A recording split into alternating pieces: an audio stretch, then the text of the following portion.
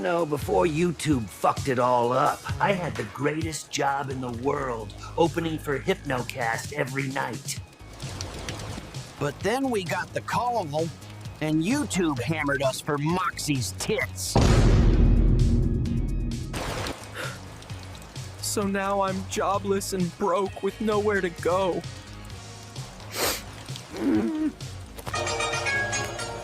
Your phone ringing. Oh, Your the phone ringing. is ringing. Big boy, come pick up your phone.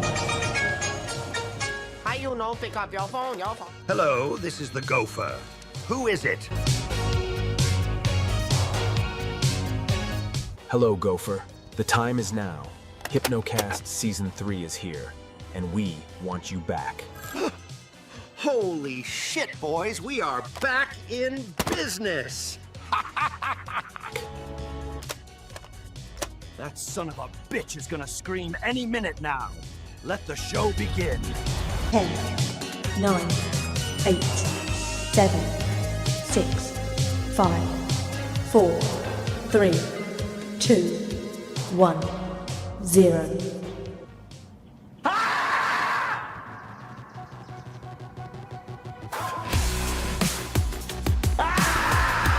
Probably all agree you can't cut 12-year-old Timmy's cock off.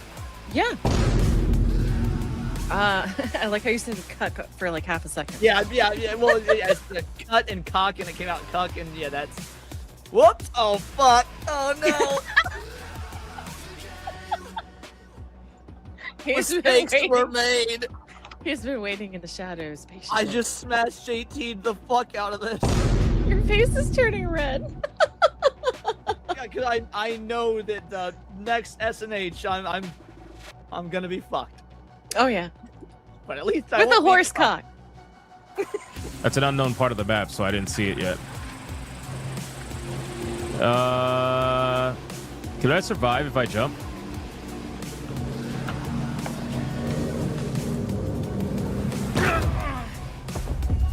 Nope. Nope. Nope. America the greatest country in the world? No. If you were offered a one-way ticket to leave the country, never come back, but it's all expenses paid, would you accept that offer? I don't think that I would leave. I wouldn't leave either. Wow. Oh, I just okay. I did that. I took him with me. Oh shit. Yo. It's always the black people holding everybody else down. Time out. All right. You know what? Yeah, I'm going to bed. I'm tired. Tired of this shit. This communist ass game, whatever. This doesn't want Somebody me to play. else got it. You didn't get in. Yeah, it's just a lot of racism today. All right. Y'all have fun. I'll just continue to watch and cope and see. Sounds good. And look at this motherfucker pretending he's gonna watch more Stranger Things. Yeah, you know he's gonna watch Stranger Things all day. Either that or like some game or something. Doesn't mean I don't have my phone next to me. Watching porn. That's tomorrow. Okay, bye. MILF Hunters Part 14. Now, Hypno, I could have hit you with a shuriken. I opted not to because I'm a good friend. That's fucked up, you liar. You're a liar. You're an absolute liar. You're a liar. I knew it. Never trust white people. Thank you, and I would have done it. You could have said thank you, but you said like, yeah, Because I knew you were gonna do it.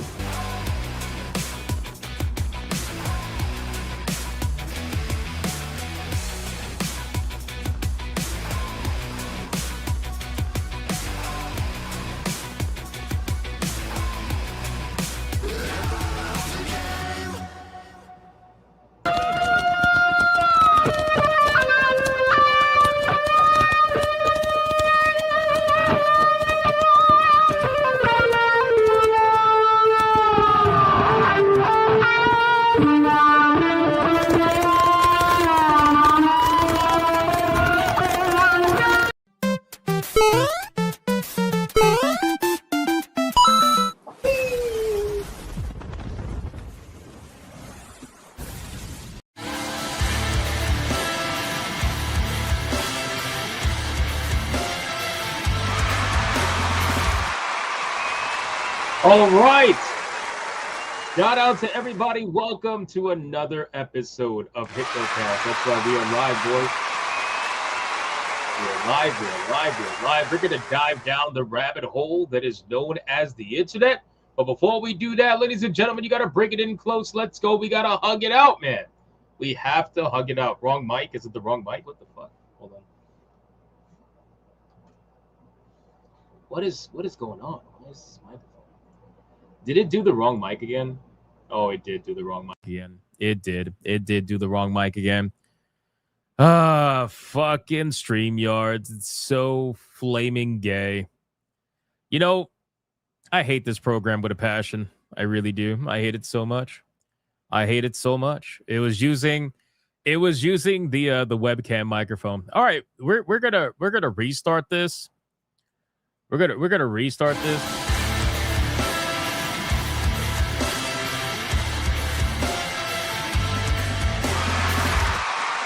All right. Shout out to everybody. Welcome to another episode of Hypnocast. That's right. We are live, boys. We are live. We're going to dive down the rabbit hole that is known as the internet. But before we do that, we need to bring it in close. Let's go. Bring it in close. Come on. We got to hug it out. Because, my God, there is a lot to go over. Oh, my God. We need to hug it out today, boys. Listen, I understand. I get it. There is not a single person on this planet that is normal that likes Monday. Okay? I understand. I totally get that. But it's Monday, and we still have to hug it out. It's the final week of the month. We have to finish off strong. Boys. So get in here, hug it out, avoid Old Man Cad. I would avoid Old Man Cad. For some reason, he likes to have his dick out when we're hugging it out. So perhaps avoid him. But let's hug everybody else and listen very closely. If you're watching on YouTube, like the stream. Like it right now. If you are watching on Rumble, like the stream. If you are watching on Twitter, like the post. And if you are watching anywhere else right now, it's going to be your responsibility to clean up Old Man Cad once he's done gooning.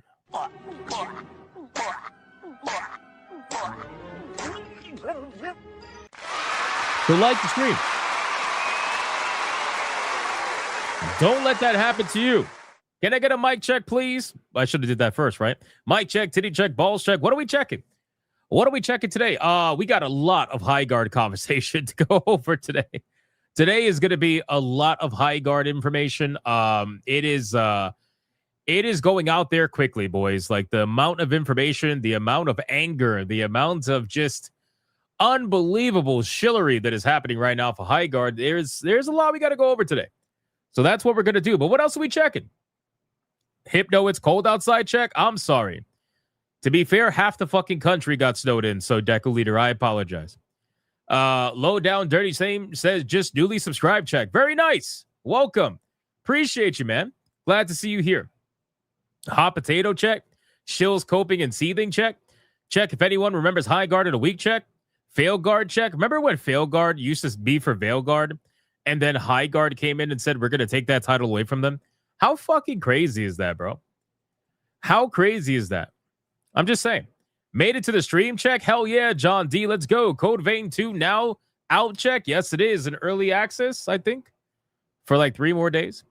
We are still frozen in here check. Oh, no. Old Man Cad needs a ShamWow check. Maybe he does. What the fuck is a Highguard check? Monday is not gay enough check. Failguard made me moist check? It's weird.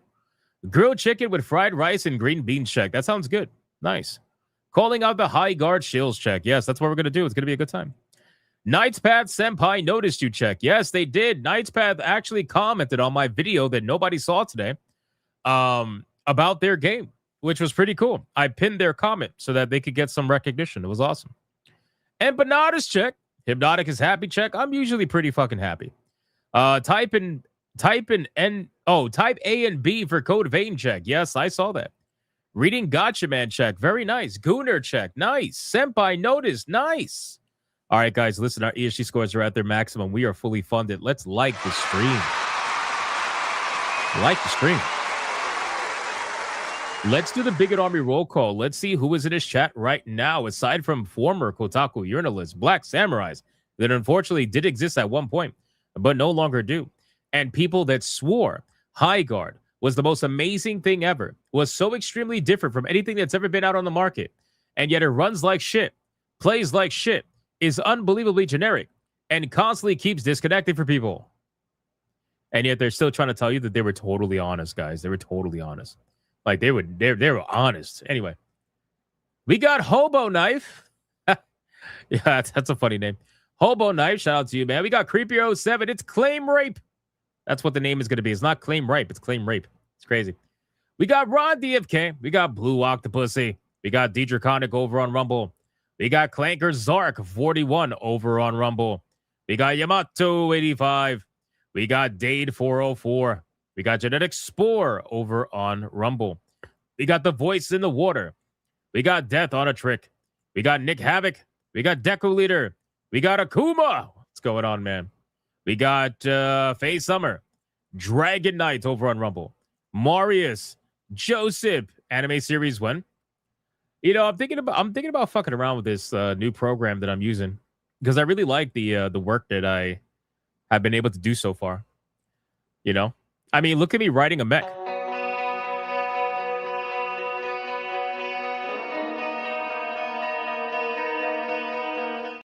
I'm just saying. It's pretty sick. We got Fluffy Murder Machine. What's going on, Fluffy Murder Machine? How you doing? How are you doing? We got Black Tailgate. What's going on, dude? Ali Kusanagi. We got 2K GameCuber. We got Magni32. We got Gray Soul over on Rumble. We got John D. We got Dark Mages. We got the True Aztec Warrior. We got the legendary 16-bit dude. What's going on, bro? How are you doing? We got a kicking Danitz. What's going on, dude? Dark Vex OG reporting for duty. What's going on? How are you? We got Bud. What's going on, Bud? We got Inferno Hell Knight. How are you doing? We got Darkwind 25. We got Matthew Watson says, am I here? Are you here? Are you sure? Perhaps. We got Oliver Adam, Grimlock, Yamato 85, Dark Dimos finally is acknowledging that he is here. For the last couple of streams, he's been acknowledging that he's not here. Well, that's good. All right, 4 more people. Then we got to get on with the show, boys. 4 more people. Let's go. We got Morius. What's going on, man? The Sage of 6 Paths. How are you doing? Vlad Tepesh, 17 Crash Gaming. This is Sparta, 9000. We got Alucard, Frozen Dark. We got Ron DFK, the Pokesphere Podcast. We got I Am Ted Bovis. We got Novak. We got Korean Cowboy, Old Man Cad, Midnight Mike. We got Sleeping Nova, Goldie Ringtail. We got Tanya Raven. We got Alice Lovely. And last but not least, we got Mr. Melancholy, Beautiful Zexel, Fallen Reborn, Joker JK, Muppet Show, Zelosi, Randall the Vandal, Air Razor X over on Rumble. And we got Dragatello, Dade 404, and we got IB the Ebb, and we got Kurokami. All right, boys.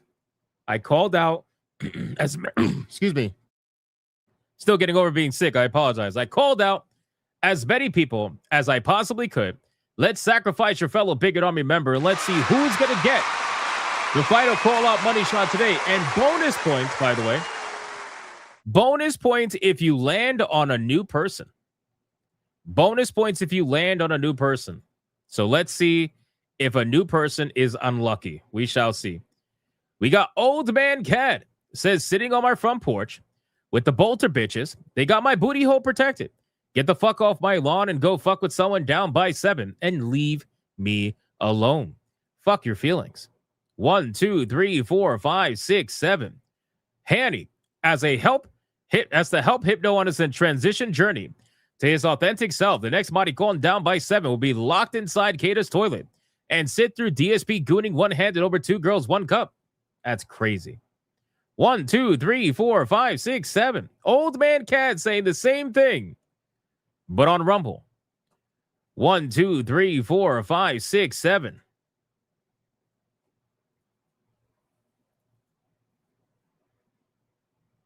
Holy shit.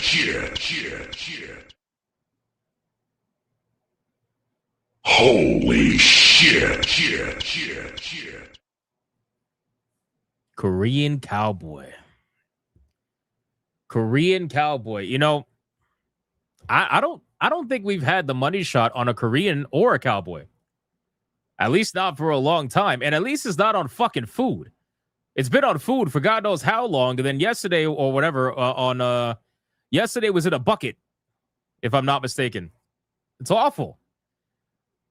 Well, looks like first time for everything. Shout out to Korean Cowboy. Congratulations. You are the recipient of the money shot today.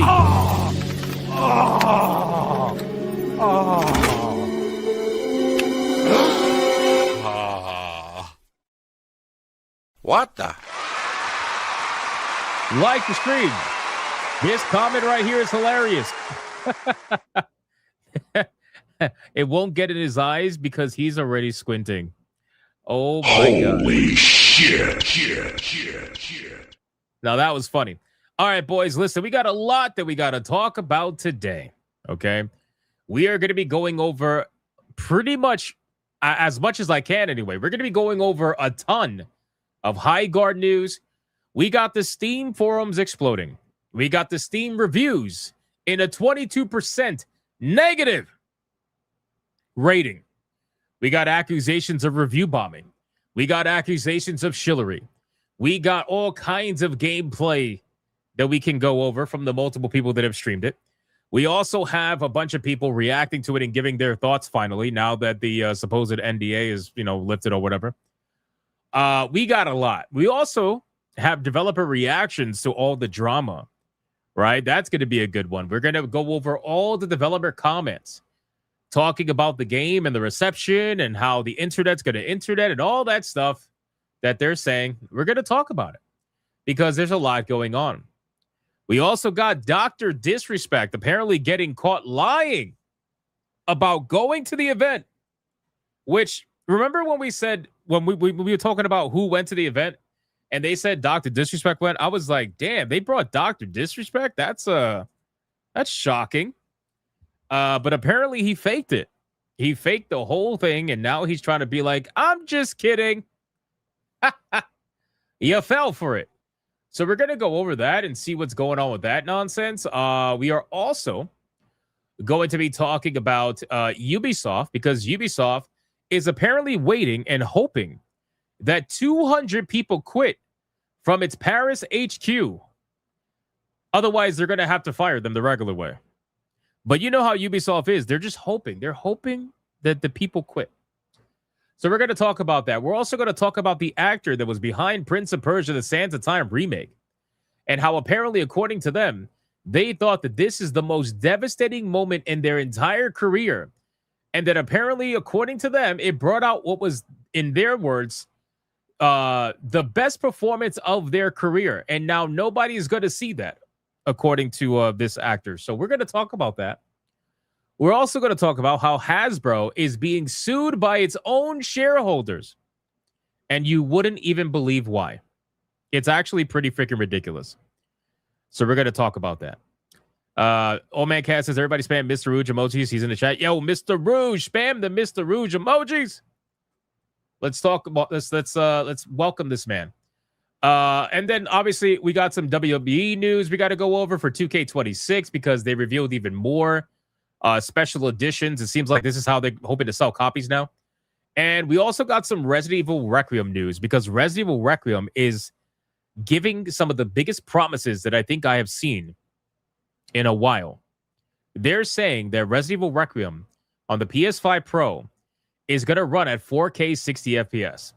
What they're not telling you is that that is what, like, every single form of DLSS on there to ensure that all the fake frames allow it to happen. But yes, they're, they don't tell you that. They just say, hey, it's 4K 60. Come on, it's native. It's totally native. It's totally native. You know what I'm saying? So we're going to talk about that as well. And we got some indie games to go over. Not too many, though. Not too many. We'll save that towards the end. All right, boys. Before we get into any of that, we got to get into the pre-stream legends, where if we get lucky, we're trying to get to 547 tier 1s in a row and 239 tier 2s in a row. So let's see what we got, man. We got Xavier. Look at Xavier, man. Gifting a membership with the legendary Golden Sun profile picture. I appreciate that, my guy. Thank you so much. Thank you so much. And then we got Fluffy Murder Machine for 11 months of legendary status, saying absolutely nothing. I appreciate that, my guy. 11 months is a long time. One more month before 12. And then we got Tanya Raven with a 5. Played Highguard. I felt it was generic and safe. It also felt unfinished. Should have waiting Should have waiting a very to had more content plus 3v3v3. Thanks for your content. Thank you, Tanya. I appreciate that very much. I do agree from what I've seen so far, and we'll talk about it as we go over Highguard. Highguard is the epitome of what it means to be unbelievably generic. It really is kind of sad. I was kind of hoping it was worse than that. I feel like this is worse, even though there is technically worse than what we saw. I feel like it's just so goddamn generic, but it's fine. Anyway, we'll talk about it. We'll go over everything. We also got Mr. Melancholy with a 149 super sticker. Thank you, Mr. Melancholy. I appreciate that, my man. And then we got King Joker for 4 months, says 4 freaking months. Thank you. I appreciate that. 4 months is a long time, dude. Thank you for that.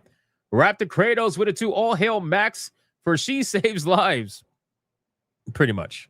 Thank you so much, Raptor Kratos. And then Odin Dark with a 2. The shills must be high. They smoked Highguard. Damn. Alucard with a 2. I created myself as a Code Vein 2 character. Oh, nice. That's badass. That's going to probably be the next game we're going to end up griftcasting and reviewing once we're done with Life is Strange. But we shall see. Mrs. Spanglish, $4.99. Howdy, Hypno. Greetings from LA. They did it. Ice and snow are gone here. Enjoy the blizzards, you East Coaster rejects. Fuck you. You bastard. Thank you for the $4.99. I appreciate that. Thank you. We got, oh shit, King Demon Wing. Legendary. I was thinking we weren't about to get a Kiryu clip. King Demon Wing, spam the King Demon Wing emojis right now. A 20 membership hyper banger. Let's fucking go. It's a membership banger. And considering that is the first one of the stream, you already know what that means.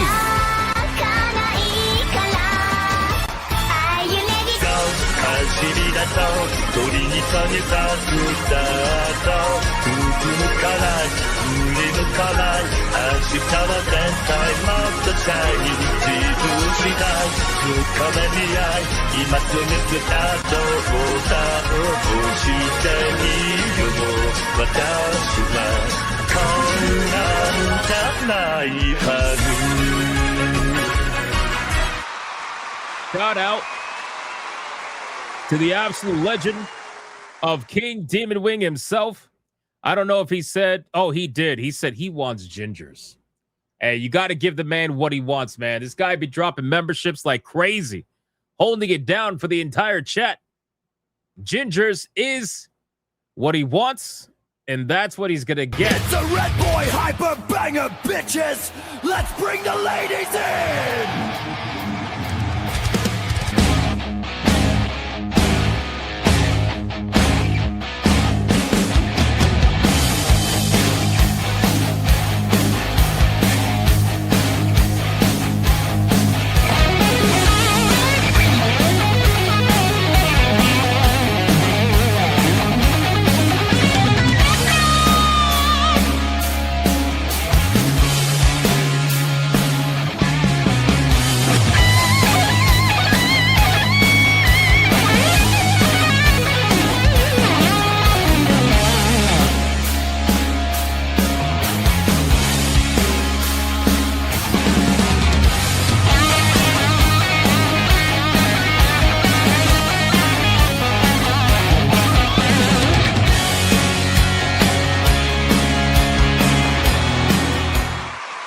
Shout out. Shout out to King Dimmy Wing. Thank you so much, my brother. I appreciate that, man. Unbelievable. And then Forgotten Vet, the legendary silent protagonist himself, with a $20 silent. Here we go! Mucha lucha, mucha lucha. It's the way of life. Mucha lucha. I appreciate that, my guy. Thank you so much, Forgotten Vet, for the $20 silent protagonist banger. It's amazing. It's amazing. We're also going to shout out Gray Soul for the 2. Watch Doc and New Blackstreet. It was ass. It was ass. Again, we're going to talk about it. Demon Carol with a 5 got an interesting one for you called Masada, which is an open world RTS space game. Unfortunately, no trailer yet, but think open world, homeworld. Really, open world, homeworld. That's interesting. Homeworld was a pretty decent game. It wasn't too terrible. So an open world version of that, that's something interesting to think about. Thank you, Demon Carol. Once there's a trailer, let me know. I'll gladly check it out. Draconic over on Rumble with a membership. Thank you so much, my man. And then he gifted $2 and said for your therapy fund. I appreciate that. Thank you, man. Thank you. Crash Collins gifting a membership over on Rumble as well. And then for $1, he says, always hug old man Cad from behind. That's a little gay. That's a little gay. I'm not even going to lie. It's a little gay. And then Crash Collins gifts another membership. And then Teacher Conic gifts another membership. They're going crazy over there on Rumble. Thank you, guys. Holy shit. Holding it down on Rumble. I appreciate that. All right. We are fully caught up everywhere. Thank you guys so much for the insane support. Let's get into the topics. We're going to cover some of the fast topics first. And then, because Highguard's going to take a while. So just give me a few minutes. Let's cover the fast topics really quick. Hold on.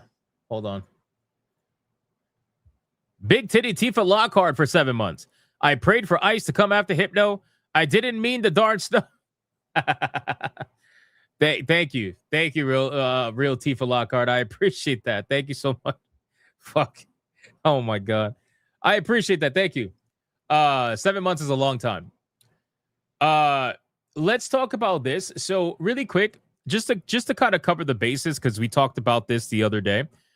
We talked about WWE 2K26, the video game, and how apparently it's going to have an Attitude Era edition, which I thought was pretty cool.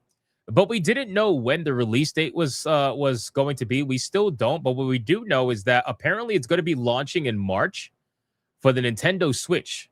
So I don't know if that means that it's going to be launching everywhere in March. I know pre-orders are at the end of January. But the reason why I'm bringing it up again is because apparently not only is there going to be an Attitude Era edition, but apparently there is going to be, and I'm sure some of you guys might be fans of this wrestler because I know I am, or was anyway, because he's not a wrestler anymore technically, but there is going to be a King of Kings edition cover that will feature Triple H instead. So now you got 2 special edition covers for this particular game, and I don't know if they're doing this to try to sell more copies, to try to adhere to collectors, but if I was going to get a physical copy, I would get the Attitude Era edition personally. But you know, I know a lot of people who are big fans of Triple H, and apparently they're going to be having this kind of a cover for the game as well. Let me see if I can skip this, because there you go, now you can see it. So King of Kings edition, you can see Triple H on the left, WWE 2K26. So you were more of a Stone Cold fan? Yeah, I mean, I think most people are probably more of a Stone Cold fan, to be honest with you. But still, I know a lot of people are fans of Triple H. So that's pretty cool. My brother-in-law will get the Triple H color. Nice, Big Night Mike. Well, now you know. So that's 2 special edition covers. I don't know if they have any other ones planned, but apparently they have at least 2. So get the Val Vetus edition. You need to repent for that. You, Phil Espa, you need to repent for that. A WWE game per year is crazy. I think any game per year is crazy, to be honest with you. Like I told you guys before, I haven't really touched the WWE 2K series for a very long time. I know I played one when it was free. I don't remember which one it was. It was years ago. But I can't stand the whole fucking yearly release thing, just like they do with 2K26 and fucking how Madden was a yearly release and everything. I can't stand it. I know why they do it is because, you know, sports games like this, if this is considered a sports game, it sells. You know, it just sells. It's easy. It's easy money. What's up, UDLS? Thanks for stopping by, bro. I appreciate that. But regardless, I am thinking about potentially checking this one out, but I'm not exactly 100% sold yet. But regardless, I want to let you guys know because we covered that story the other day. Look at this guy, 16-bit dude with a 20. Here we go! Lucha, lucha, lucha, lucha. It's the way of life. Lucha, lucha. He says, been finally getting into collecting manga of anime that I enjoy. Started with Full Metal Alchemist and Trigun. Berserk and Hellsing are on my list, along with Flame of Recca. Flame of Recca might be a little bit difficult. I have the entire Flame of Recca series. I managed to snag the set. Super yellow, super old, but might be a little difficult. But if you look, it's out there. I checked out your manga channel, by the way. Insane collection you have. Thank you. I appreciate it. I am at right now I haven't really gotten anything because I'm holding on to money right now, but I think the last I remember we stopped at a little over 2,000 books, I believe, if I'm not mistaken. So I actually have I have a box set that I picked up that I was supposed to make a video on, and I just haven't been able to make a video yet. But I'm glad you appreciate it, man. And that's awesome. The best thing you could do to get into manga is to start with a series that you either think you will enjoy or that you have enjoyed, like you said, with the anime and everything, and then you kind of like work your way in there. So that'll be cool. But that's awesome, dude. I'm glad you're enjoying it, man. I'm about to finish finally Dorohedoro, and then I'm going to work on something else. So we'll see. But thank you, bro. Thank you for the 20. I appreciate that, man. Sincerely. Vet Gamer with a 5. Only one. The Phenom. The Undertaker. Best of all time. I don't blame you. He's definitely one of my favorite wrestlers of all time by far. I think they definitely relied on him a little bit too much, but, you know, that's a whole nother story. All right, let's talk about this. We're going to talk about Hasbro. So Hasbro is being sued, and they're being sued by their own shareholders. And the reason why they are being sued by their own shareholders will probably shock you, but then again, maybe not. So Hasbro is being sued by its own shareholders because apparently they are printing too many damn Magic cards, and they're destroying the long-term value of the brand. Hasbro investors accuse its executives of failing their fiduciary duties. So it says in a 76-page lawsuit filed in the U.S. District Court of Rhode Island last week, a group of investors alleged that Hasbro CEO Chris, ready for this? Cox, former Wizards of the Coast president Cynthia Williams, and company executives engaged in breaches of their duties as directors and/or officers of Hasbro by devaluing the Magic brand, even as shareholders raised concerns about the ramifications of overprinting cards and sets. You know, I don't like how. Okay, so I get the idea. I'm trying to figure out how I want to word this. I get the idea of their complaint. Okay, I get the idea. But my thing is, if there is a minimal amount of cards that is driving up the price substantially, wouldn't that mean printing a little bit more would result in a lot more sales and still keep the price relatively similar? Like, this is why I feel like public companies, it's good in some aspects and it's bad in others. And I feel like this is where it's bad in others, because if you're mad that they're printing cards to make more sales because there are just not enough cards to go around, isn't that inherently stupid? Or are they thinking if, like, because you could raise your MSRP and I'm sure people will still pay for it if there is a demand for it, right? It's kind of like you're screaming from a scalper's point of view. I can understand a scalper freaking out about this, right? I can understand a scalper saying, "Oh, stop printing cards. You got to ruin my profit." That I totally get it. I totally get that. But I don't see from the company's point of view, I don't know. It is devaluing their own cards, but how though? Like, how is it devaluing their own cards unless they're reprinting some of the rarest cards they have? But if they're just reprinting the majority of their of their stuff. I mean, I don't get it. I was never into paper Magic. I think there may have been too many collabs and such. This devaluing the brand. I mean, the collabs have been pretty successful. Some of them anyway. You know what I mean? This needs to happen in Pokemon. Scalpers are everywhere. I do agree. It does need to happen in Pokemon. It also needs to happen in Gundam. Because I started collecting Gundam cards. And I mean, holy shit, it is so expensive. Like the comic book crash in the 90s, maybe. Too many cards devalue. I mean, but how many cards? Okay, so let's have an open-ended discussion. How many cards? Let's see if they say.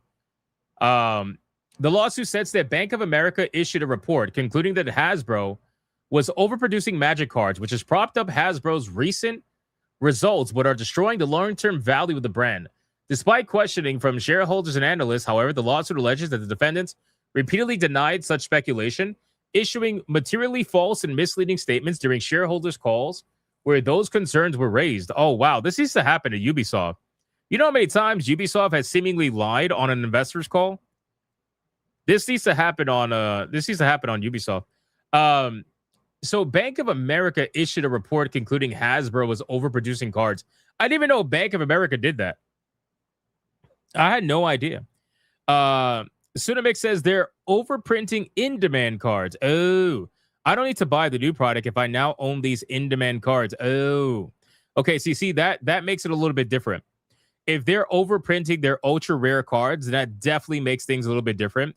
If they were just reprinting in general and doing minor increases to their super rare cards, then perhaps that would be a different story. But okay, so interesting. Let me see if there's any more information. As a result, the plaintiffs claim that Hasbro executives caused the company substantial harm by causing it to repurchase its own shares at artificially inflated prices, as Hasbro spent $125 million to repurchase approximately 1.4 million shares of its own stock from April 22 to July 22, when share values have been artificially inflated by the outpouring of new Magic sets. In total, this caused the company to overpay for repurchases of its own stock by approximately $55.9 million. The lawsuit said, which became clear when the company announced declining financial results in following quarters. Oh, shit. Okay. So there's definitely more to this than meets the eye. Okay. I'm not going to sit here and pretend like I know everything about this because, again, I'm not a super big Magic fan anymore. I'd be curious to see if Leon would know much about this. But damn, $60 million loss. Okay. Hasbro's strategy with regard to printing Magic cards was not as carefully thought out as portrayed. The company was, in fact, printing a volume of Magic sets which exceeded customer demand.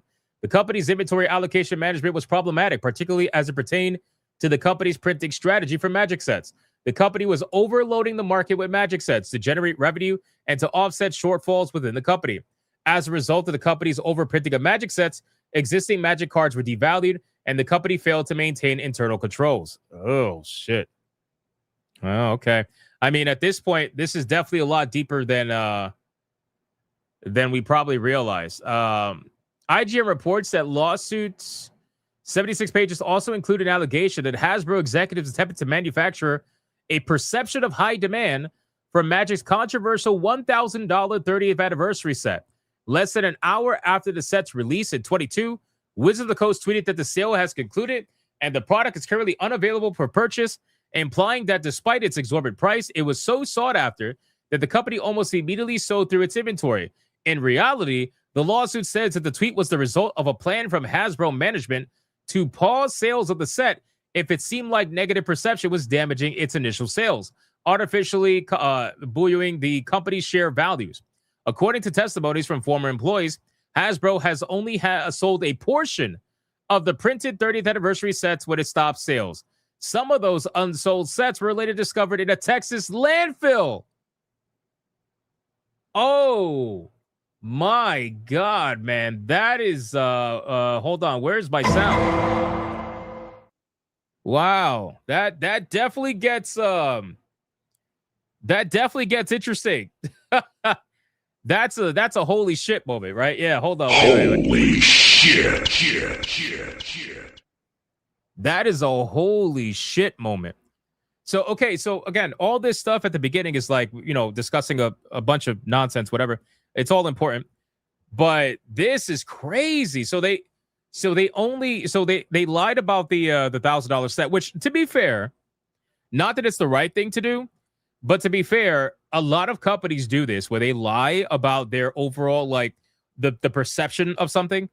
They just lie about it, right? They just like, we sold out of everything. We're doing so good right now. And then like a year later, the company is fucking going bankrupt or something. So it happens all the time. Yeah, it's an ET moment. Exactly. But if this is true, again, this isn't a lawsuit. It's alleged. If this is true and they actually discovered $1,000 sets of magic in a Texas landfill, holy fuck. That is crazy. That is next level crazy. I did not expect that whatsoever. So I'll be following this story. I wonder if Leon knows about this. I would love to send him this story if he doesn't know it, because this is big. Who discovered it? It doesn't say. It doesn't say. I don't know who discovered it, but that's pretty huge. Wow, I did not think that was going to go that way. I'm crazy. ET 2.0. I think it's worse than that. Pretty sure. Stuff like this almost makes you want to start going to landfills. I mean, you never know what you might find. That's a lot of cards, yeah. I mean, the 30th, let me see, the 30th anniversary, Magic 30th anniversary set, right? If we look at it, so apparently each, I mean, it's a nice looking set. Don't get me wrong. It's definitely a nice looking set. It comes with 15 booster packs, apparently. 15, look at this. Out of stock, bro. That's crazy. That's crazy. Out of stock. Celebrate 30 years of Magic the Gathering with commemorative and collectible product that reinvents the cards you love from the game's origin 3 decades later. Experience the thrill of opening old favorites like Black Lotus, Time Twister, and the original Dual Lands. Bro, $1,000 and a good amount of these are in the landfill.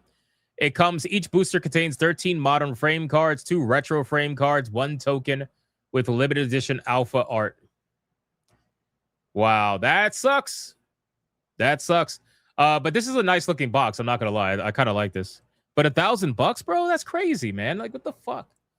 And you know what's even sadder? These boxes, according to, let me see, according to some of these websites, these boxes are going for like $719 or $799. So they're going for $200 less than retail on the secondary market, which is crazy. So I don't know. At least that's how I see it anyway. But anyway, let's move on. Very interesting story overall. I will definitely follow up on that if I can. Let's X this out. Prince of Persia, The Sands of Time. You guys know it's been canceled recently. We were talking about this the other day. And apparently the actor behind Prince of Persia, The Sands of Time is very upset.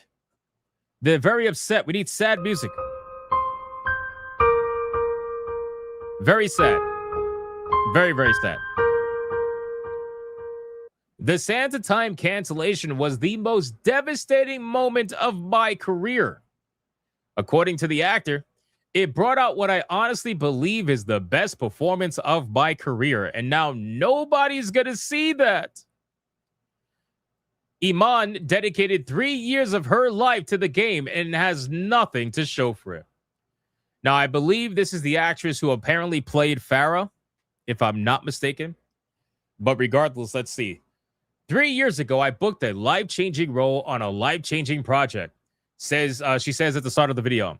It was a rigorous audition process, including a self-tape audition, an in-person callback, and then a chemistry read that I had to fly out of the city for. When I got the role, I remember crying my eyes out. And I've dedicated the last 3 years of my life to this project and spent those 3 years getting to know the team, which has become like a family to me. I've watched it grow through countless stages of development, and I've waited and waited and waited for the day that it was finally going to be released and I could finally talk about it. Instead, the whole thing was shut down.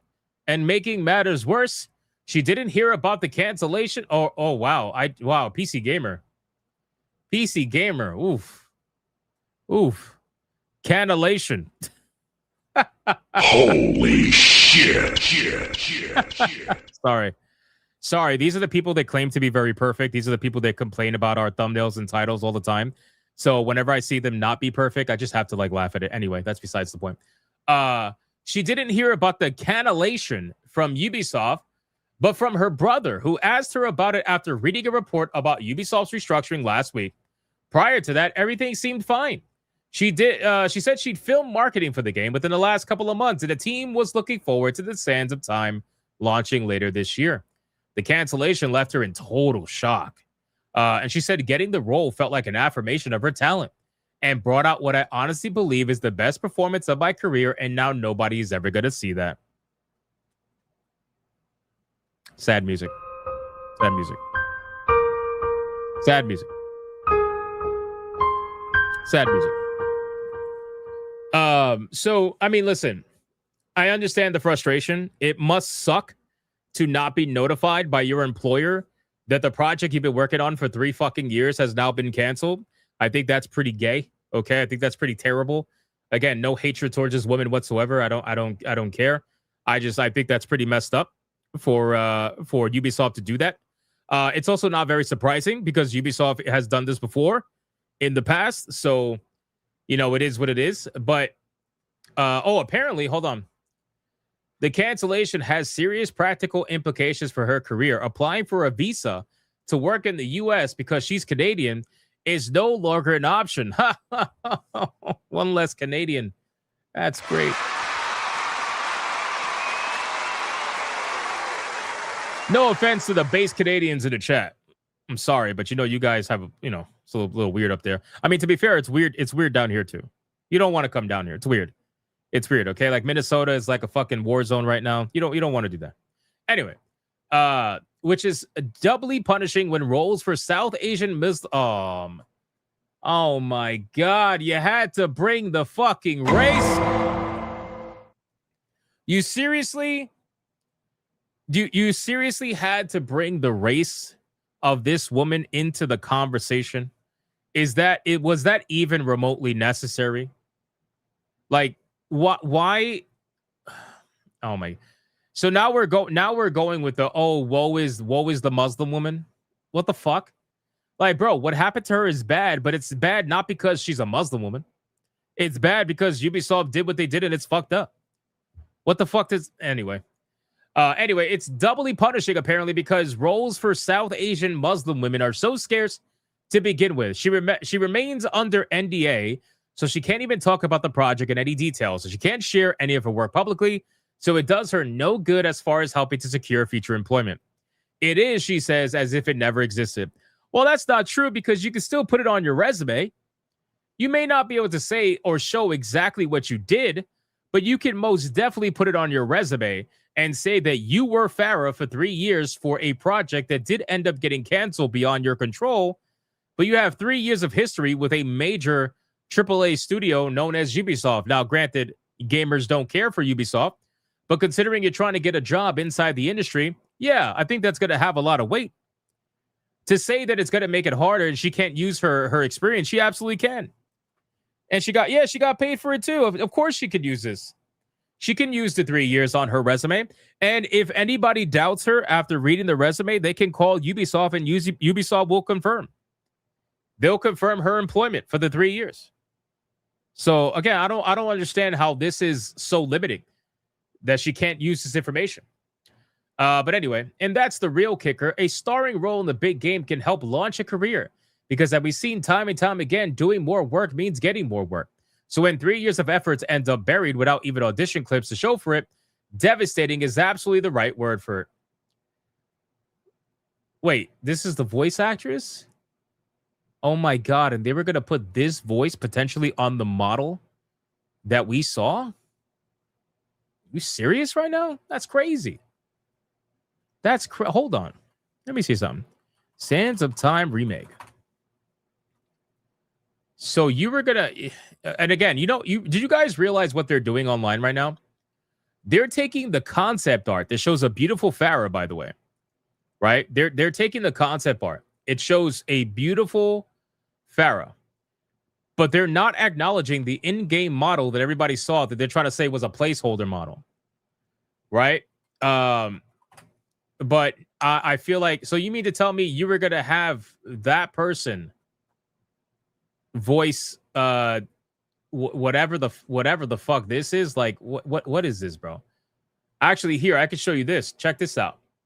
Hold on. So this is actually great. This is great. So if you look here on this image, check this image out. This is the concept art. Right? This is the concept art right over here on the left side, which looks amazing. It looks amazing, in my opinion. She looks great. She looks fantastic here. Fucking amazing. And that somehow turned into this. You know what I'm saying? Like, how is that? That brings me back to what that guy said. That brings me back to what that guy said of, I forgot his name, but the guy who was like, I give 10 iterations of a beautiful black female and she ends up coming back as the dollar store auntie. That's exactly what's happening here. The concept artist made a beautiful Farah for them to base the game on, and it somehow ended up like the thing on the right. And then they try to tell you, oh, it's just a placeholder. It's just a placeholder. It's not real. You know? Concept art does not translate in Unreal 5. I don't know if I necessarily believe that, because there has been Japanese studios that utilize Unreal Engine 5 that I guarantee you their models look almost identical to the concept art. I just got to be real with you. Does it happen often? Probably not. But I guarantee you it does happen. I'm calling a little bit of nonsense on that, personally. If we're gonna say that this concept translated to this because of Unreal Engine 5, I'm gonna call bullshit on that. You know, just because the modelers or the artists or whatever, there's no way that this is supposed to. Anyway, it just is what it is. Hypnotic said, okay, rephrase. Montreal concept art does that. Okay, there you go, Matt. Montreal concept art does not translate to Unreal 5. Exactly. There you go. Okay, much better. They were told to make it that way. Yes, I agree, Vlad. I agree.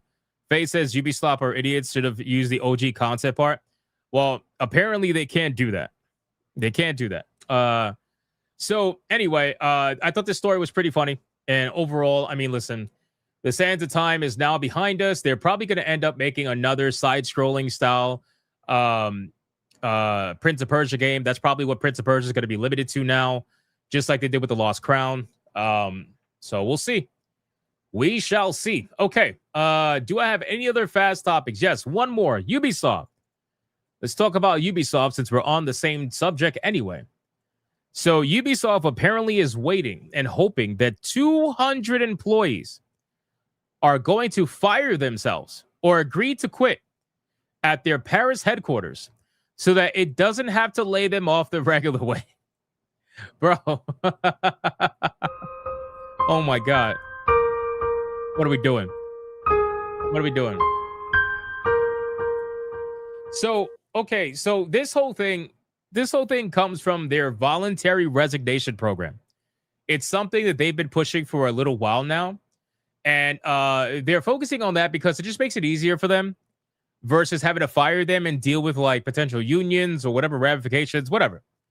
But apparently they're similar to the voluntary program at Ubisoft. Ubisoft is looking to make cuts without actually imposing layoffs. A week after Ubisoft announced major restructuring that included multiple game cancellations and delays, and a warning that it would selectively close several studios, the company is now looking to eliminate 200 employees at its headquarters in Paris.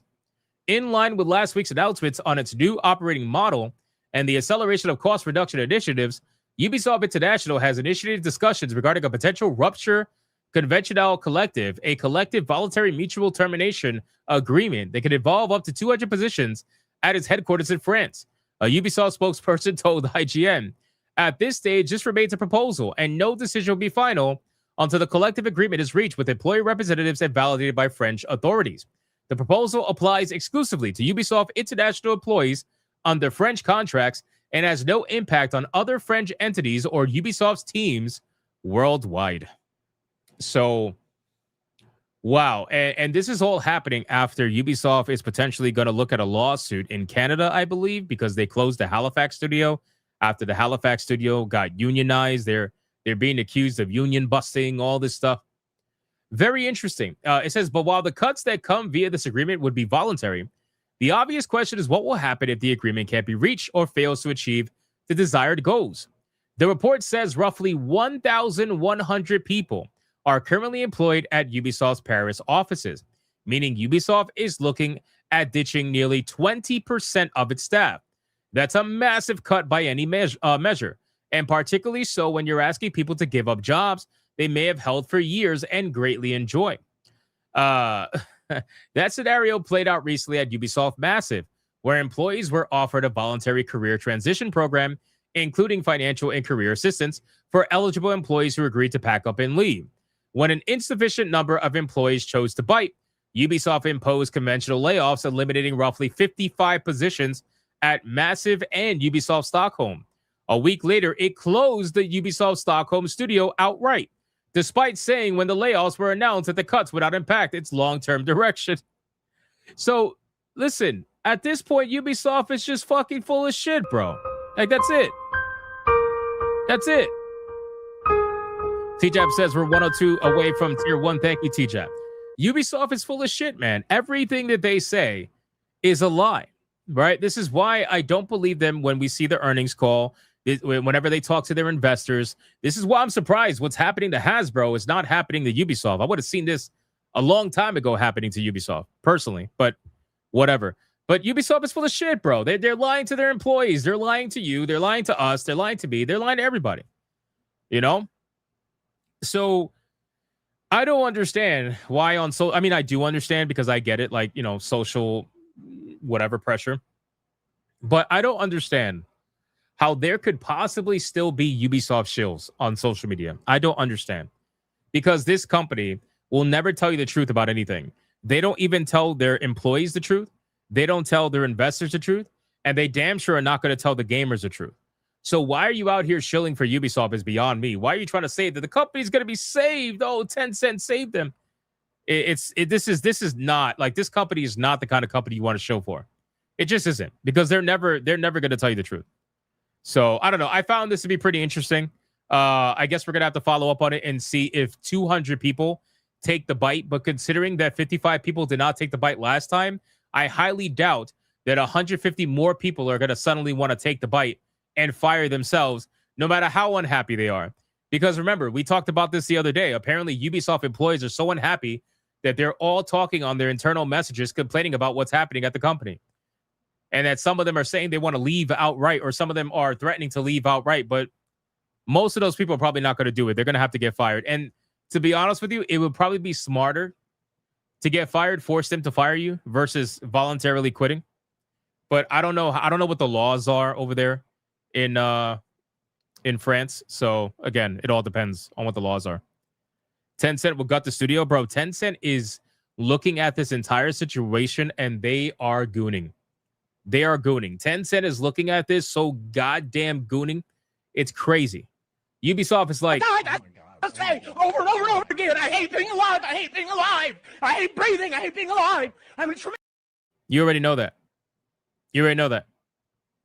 So Benjamin says, hey, Hypnotic, I'm thinking of investing in Ubisoft as a penny stock. Your thoughts? I wouldn't waste my money, personally. I would not waste my money. But it's up to you. So, all right, let's exit out of this. Do I have anything else? No, I do not. All right, let's catch up on Super Chats, and then we're going to be covering Highguard. There is so much Highguard. It's a lot. It's a lot. So like the stream, spam reactions. We got 450 of you on YouTube. We got 50 of you on Rumble. 500 plus total watching right now. Thank you guys so much. I appreciate it. We got Drone Patrol for 19 months. It's a long time, bro. Legendary status. Says, this feels like some of these shareholders are from Nintendo. I can't prove it, but 100% this some Nintendo type shit. I mean, it's not exactly very odd to see other companies invest in other companies, right? So, I mean, they definitely could have some form of investment, but I just, Nintendo in Ubisoft, I don't know. I highly doubt it. Odin Dark with a 2. Ubisoft presents Prince of India, Sands of Slime. It's pretty accurate. It's pretty accurate. I still can't believe they did that from the concept art to what we got. It's crazy. Okay, we are fully caught up on YouTube and Rumble. Shout out to you guys. Let's get into the Highguard conference.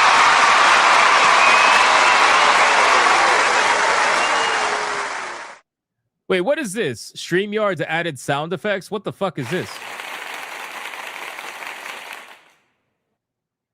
Well, that's new.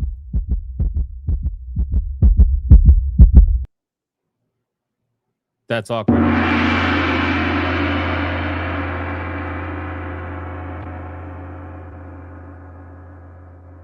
Whoa. Whoa. That's gay.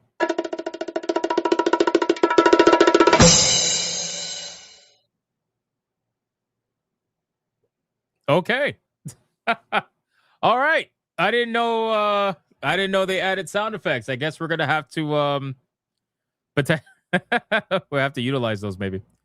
We'll see. Awesome sound machine. It's not a sound machine. It's just it's in StreamYards. I didn't know they had that. That must be new. Okay, anyway, all right, let's get into it. So, guys, Highguard has officially released. Okay. Before we get into the Highguard situation, I want to talk about quickly the Dr. Disrespect situation because it's fucking hilarious, bro. Like, it's actually kind of sad. It's kind of sad, but you know what? I'm gonna let him. I'll let him rock. But anyway, if you guys were unaware, we talked about this on SNH when we looked at all the people who were being invited out to Highguard. And one of the people who got invited to Highguard was Dr. Disrespect. Or at least that's what we thought. Apparently, that's not true. Apparently, he faked the entire image. He faked the entire invite. He was never invited to Highguard. And this makes a lot more sense to me. I didn't think he actually would get invited to Highguard, to be honest with you. But Dextero could not wait to report on this. They said Dr. Disrespect responds after being caught faking his Highguard creator event invite. How stupid are these fucking guys? Got him. So he's trying to pretend as if it was a joke the whole time, and it very well may have been. It may have been a troll. But, you know, I don't necessarily believe that half the time. What's there to gain by lying about getting credentials for the launch event? I don't understand. Says Boyfo with the $5 super chat.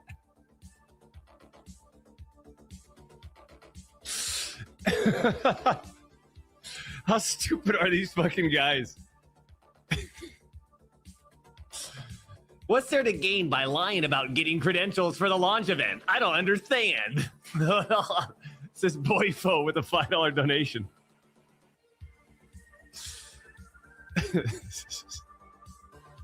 Got him. They're so fucking stupid. I love it. I don't see the reason why you would want to fake an invite. I mean, listen, I get it. He's trolling. That's fine. But why would you want to fake an invite to Highguard of all things? Seems like a fake reaction. It's a little bit forced. But then again, everything Dr. Disrespect does is forced. So, you know, that's part of his persona. So you really can't, like, it all depends. But I did think that it was a little bit weird that he got invited considering all the drama, you know, that's been going on with him and stuff like that. So you forgot all about Dr. Disrespect. Bro, Chaotic Holy, I got to be real with you. I kind of did also. Because I never watched his content like that. So it was, I only knew about it because of the drama, obviously, with Twitch and everything like that.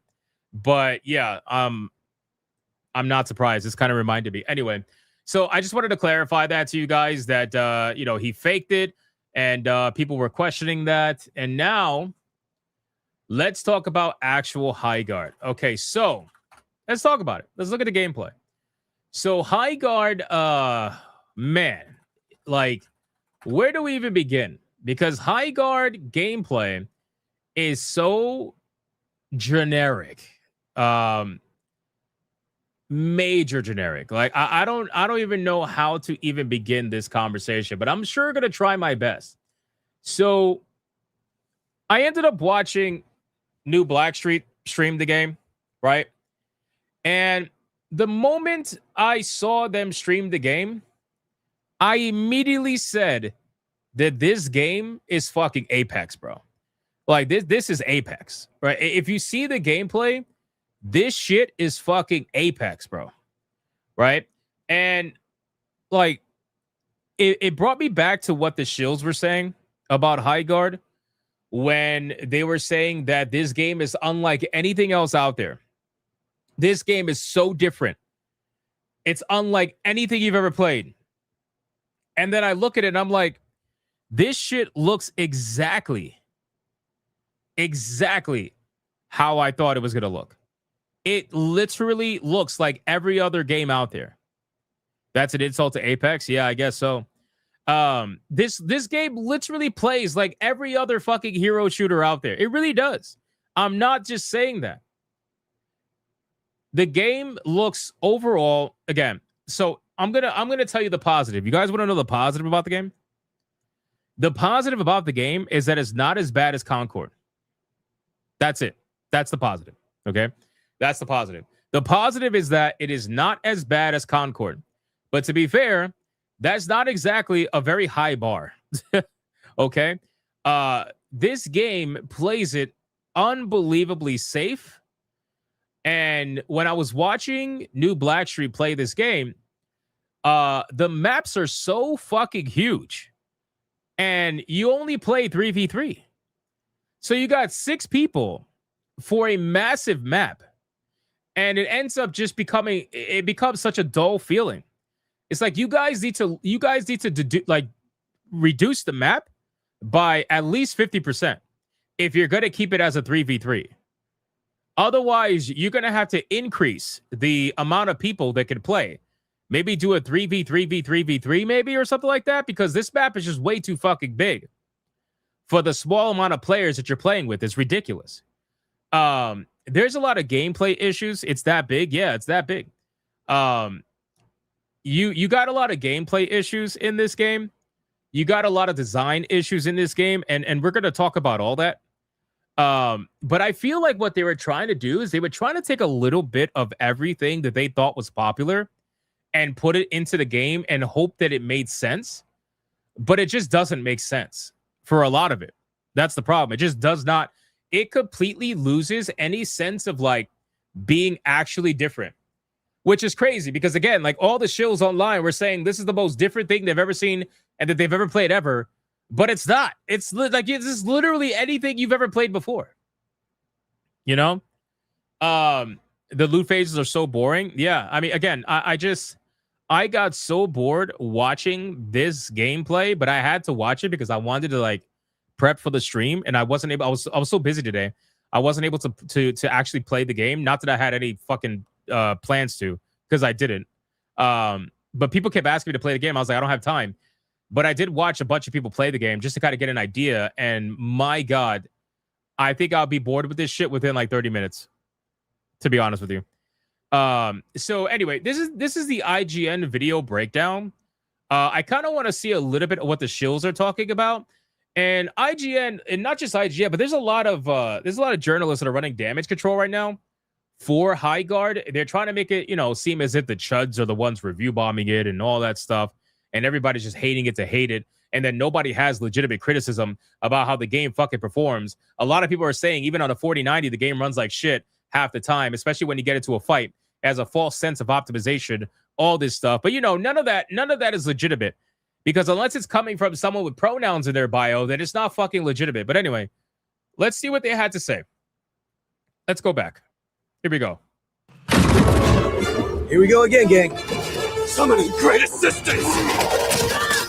Moving in for the attack. Follow me. Oh, I would just like to point out how funny it is, by the way, that that Atreus was playing characters that he thought were men because they were like super muscular, only to find out they were women. Oh, that kept happening. It was so funny. Generator here. Perfect. I'll take it. Planting a bomb. Woo! We're gonna burn this place to the ground! At its core, Highguard is a new mode between 2 teams of 3 wardens each. To start, each team chooses a unique base to defend. This is your main stronghold, while you ride out to fight in the open territory to secure the shield breaker. The ultimate goal of the match is to use the shield breaker to successfully raid and destroy the... By the way, what you're looking at in the IGN gameplay footage, this is all scripted gameplay. This is trailer gameplay. This is not real gameplay. We're going to watch what real gameplay looks like and how boring it is. But I just wanted to show you the IGN video first to kind of react to it. And then we'll break down the rest from there. You'll see the difference. Watch. Enemy team's base before they can destroy yours.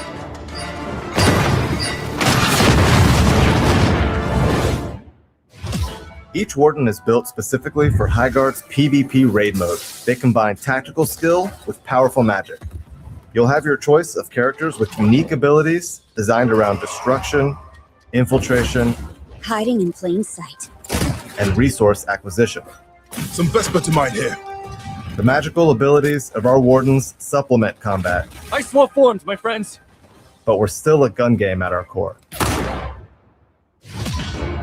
You've got your team of Wardens, now it's time to choose your base. Prior to venturing into Highguard, you'll be randomly presented with 4 options for your home base. Your team will vote on which one feels like the best fit for you. The enemy team gets the same 4 choices. So you got 4 different bases to choose from. You have Hellmouth, Wellspring, Frosthold, and King's Lair. Each base is the size of a classic small team deathmatch map. They all have different layouts and visual. That's bullshit. That's bullshit. A small team deathmatch map? That is bullshit. That is bullshit. If anybody's watched the gameplay, they're not small team deathmatch maps. They are huge. They're huge. And they're huge because you're only playing 3v3. It's not a small map at all. Styles, but most importantly, distinct attack and defensive strengths and weaknesses that depend on your playstyle. Once you've selected your Warden and your base, you spawn in. You have 1 minute to plan your defenses and pick your starting loadout. Every Warden can use any weapon. Select your primary, secondary, and your raid tool. You can change your loadout at the beginning of every match. Each player also starts with 5 wall reinforcements, which they can use to armor up different areas of their base.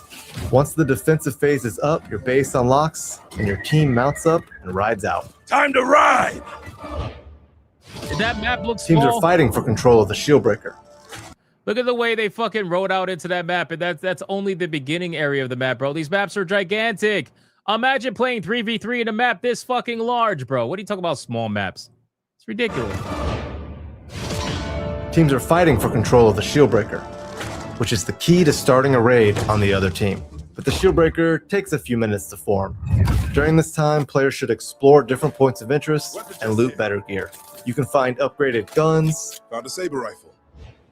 armor, better saddles, and magical amulets that are imbued with perks. Weapon chest here. Bro, this But stay game, alert. this game is literally just Apex, bro. I'm sorry. This thing is literally just fucking Apex. And it pisses me off because all they kept saying was like, oh, this game is so different. This game is amazing. You've never seen anything like it. You've never played anything like it. You can't even recognize it. It's amazing. It's so different. Wow. And it's like, it's literally Apex, bro. It's Apex with a super high fantasy skin on it. The other team is doing the same, so skirmishes are inevitable. Enemy here. Everyone with me. Let's go. Stick together as a team to have strength in numbers, or take a chance and split up to get more loot for yourself. Everyone just remember where you came from. Also around the map are crystal formations called Vesper. Vesper to mine over here. Use your Warden's Axe to mine this valuable resource. You also get Vesper from kills. Fallen Reborn says, where's that chatter that was running his mouth on Hypno for calling for influencer shills? Yeah, he's not here. He showed up on Saturday Night Hypnosis. He doesn't watch Hypnocast. I've never seen that name before. So unless he's a lurker, then that's something different. But it was pretty obvious. Like, it was pretty obvious what we were saying. And again, people like to downplay the conversation. They like to say, oh, you just want to hate on it. And it's like, no, I don't just want to hate on anything. When I look at something and I can clearly see that this shit looks generic as fuck, and you're telling me it's not generic, and then you're like, you just got to play it to see. That's sus number one, right off the bat. If you're telling me I got to play it to see whether or not my eyes are lying to me, that's sus as fuck. Now, obviously, if I play it and the systems work better than I initially thought, that's something different, but that's not going to change how I thought the game looked. But you're immediately like, you got to play in order to see, you got to play, please play. It's like, bro, Listen, if you guys forgot where my prediction was, I will remind you where my prediction was. I said that this game was going to hit around 100,000 concurrent. That's what I thought this game was going to hit. 100,000 concurrent. And that the retention for this game was going to be abysmal. That this game was going to fall off so fucking hard, it will make Concord probably look good if it wasn't for the fact that this was free to play. It is very easy to get high numbers for a game that's free to play, that is a team shooter, when it is promoted on the Game Awards as the last spot, of course. And then on top of that, every single fucking account on Twitter was promoting this game, of course. Like, it didn't even hit that. Yeah, but it got close. It got close, though. It got close. It was like 97 and change. So it almost hit 100K. So I was pretty much almost there on the money in terms of the prediction for this game. And that the retention for this was going to drop off so fast, bro. So fast. This game is going to have such a massive drop off. And the only thing that is going for this game is the fact that it's free to play. So hopefully they are able to maintain enough customers so they can make some money and they can make some much needed changes to the gameplay and the overall design, because what they have right now sounds like it's a mix mash of a bunch of shit that just doesn't work together. Truthfully.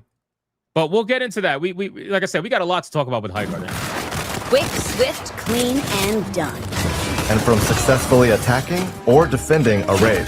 Defusing the bomb! Watch my back! Copy that. If you're not having luck finding the loot you need, Trader Flynn is a great way to supplement your equipment. Whatever you need, I've got it. He can be found in your base or out in the open world, and he will happily sell you better armor, guns, and gear. Appreciate the kindness. So hunt down or purchase the best loot possible and win those skirmishes. I don't start fights. I end them. During the gear up phase, always make sure you're keeping one eye on the sky. Storm's brewing. Shieldbreaker should be ready soon. When the storm forms, the Shieldbreaker's location is revealed. It randomly spawns in one of 3 unique points of interest. Once that Shieldbreaker forms, nothing else matters. Rally up and fight for possession. If your team manages to secure the Shieldbreaker, your objective is to get to the enemy base and start the raid. Why does it even have merchants, bro? Again, at this point, like I said, this game's trying to do a bunch of things from a bunch of different games. It's got MOBA elements in it. It's got Apex-style elements in it. It's got even a little bit of Fortnite elements in it with the farming resources. It's got a little bit of everything. But when you do that, you got to make sure it meshes together well. Because if you're just putting things into a pot and hoping that it will come out good, that's not necessarily going to happen. And sure, every once in a while, you might get lucky. But I don't think that's what's happening here. But the enemy team will do everything in their power to stop you from getting to their base. Gang, time to attack. If you die, you'll drop the Shieldbreaker, and the enemy team can pick it up. Let's mount up and soar to victory. And run it to your base and start their own raid. Once you get to the enemy base, plant the Shieldbreaker and start the raid. The raid begins with the summoning of your siege tower that will break through the enemy's outer shield and become your spawn point during the raid. We're getting raided. Jumping back to defend. The defending team will be able to teleport back to their base, so be ready to fight. You better be ready! Once the shield has been broken, the raid begins. The enemy base contains objectives your team will need to sabotage and destroy. But in order to successfully penetrate a well-defended base, you'll need to use your warden's abilities and your raid tool. Every warden comes equipped with one raid tool of their choice. You can choose between a rocket launcher for a more straightforward approach, a zipline gun for when your attack plan requires coming in from above, Attacking target B. or a blast hammer when you just want to bring it all down. You know what's sad? You know what's sad about this? What's sad about this is that this IGN journalist is giving you a gameplay deep dive, is not using his own gameplay for it. He's using pre-given footage that the developers give for trailers and stuff like that. Isn't that kind of sad? Like, this is supposed to be a gameplay deep dive from IGN when it's really just a guy reading off what the how to play the game. Like the guy The guy is just literally reading off how to play the game and then using other footage for it. Because this is not his gameplay. You can just tell, just the way all of this is edited together. This is not his gameplay. So I just think it's funny. And he also does not sound excited about this whatsoever. This guy sounds like he's trying to get through an 8-minute and 46-second script so that he could get paid and let the editor take over. That's how it seems. Different tools are more effective for different bases. Once inside the base, John D says, isn't that kind of par for course, though? I thought this was standard practice for a game review. No, there's game reviews out there that will use their own in-game footage for the review. They will obviously use trailer footage if they want to showcase a little bit more action. But whenever they're talking about something specifically in the game, normally they will showcase what they did in that game and why they're talking about it. Like if they chose a certain dialogue option, for example, or whatever, they will use their own in-game footage. Or in this case, with a first-person shooter, I would want to see the person playing the game. I would want to see them experiencing the game. I don't want to just see nothing but a trailer playing in the background. If I wanted to watch a trailer, I'll watch a trailer. So I don't know. Whatever. Your objective is to sabotage enemy generators. Blow this place sky high! Once the bomb is planted, you'll need to hold the objective while the enemy team tries to flush you out I'm defusing the bomb. Watch my back. and disarm the charge. Each base has 2 generators and an anchor stone. If a generator is successfully destroyed, it does 35 damage to the enemy base. If you can get to the anchor stone, which is harder to assault, more heavily reinforced, and has a longer countdown, it completely destroys the enemy base, ending the match in victory. Getting the enemy base to 0 health is how you... The one thing I do like about this game is the destructible environments. I love it. I love when games have like destructible environments. I think that's cool. But unfortunately, it's just not the kind of game to have. Win the game. This often ends in a generator blowing up, but not always. There are other ways to do damage to the enemy base. For example, planting a shield breaker and starting a raid will damage the base. And it's not just about attacking. Successfully defending your own base will damage the attacking team's base, so you can win with a great defense. If a raid is successfully defended, the game is not over. Damage is done to your base, and that base health does not regenerate. Players will respawn at their base and ride out for another gear up phase. On my mount, let's ride! As the match progresses, all the loot in the map upgrades. Paladin here. The weapons get stronger, the armor and equipment improves, and the stakes get higher. A match can go anywhere from 1 raid to 4, which means matches can last anywhere from 8 minutes to around 30 minutes, if the teams are really trading raids. Back in the fight! Winning a match will often come down to a clutch bomb plant with a few seconds left on the clock. Someone call for a demolition man. Bomb planted! Or a tight team fight. All right, so at this point, I think IGN has given us the journalist perspective, okay? Now we are going to look at the gamer perspective, where we're going to check out new Blackstreet's gameplay footage. Let me see if I can bring it up here, because it's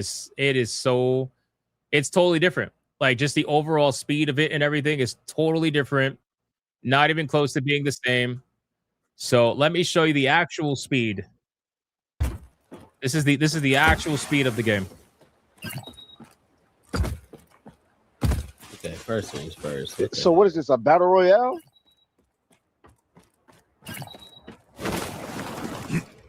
Listen up. I'm on the other side of this wall.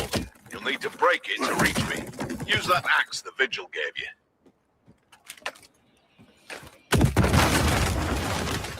Now the shop is open.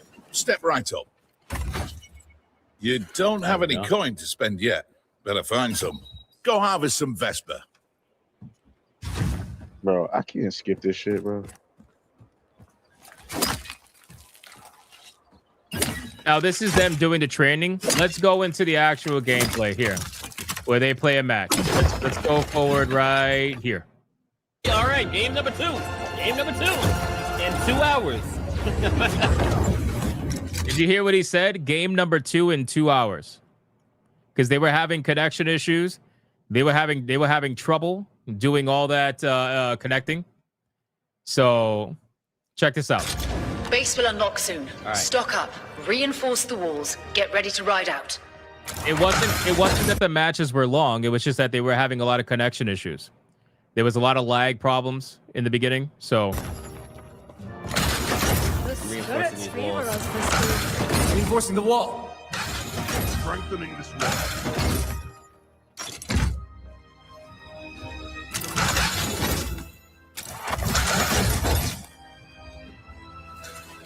Don't worry about the Is it me or does like reinforcing the wall seem like kind of pointless almost? Well, I'm pretty sure it depends though. You know what I mean? Like if we get to the end point, and then they start beating out shit. We're like, oh yeah, you definitely got the walls up. Dome's opening in 10. they're about Ready to up, start the team. game. Hey, in this 10 is seconds. crazy. We're playing the game where we gotta beat down some walls. Oh, right. Let's see how long it takes them to find Shield it. breaker hasn't formed just yet. Take All right, some let's time kind to of stick ready together, yourself. nigga. Pause. All right, I'm going right. I'm hitting up this little area right here for some loot. Same. I'm trying to find something. All right, so what we're gonna do? We're gonna loot up, get some shit, and then we're gonna head to the dusty tunnels because that's where it's spawning at. The dusty tunnels is crazy. Look how big this fucking map is, bro. Yeah, this is the same voice actors for her. I really can't remember her name, bro. I'm definitely gonna say I don't remember her name.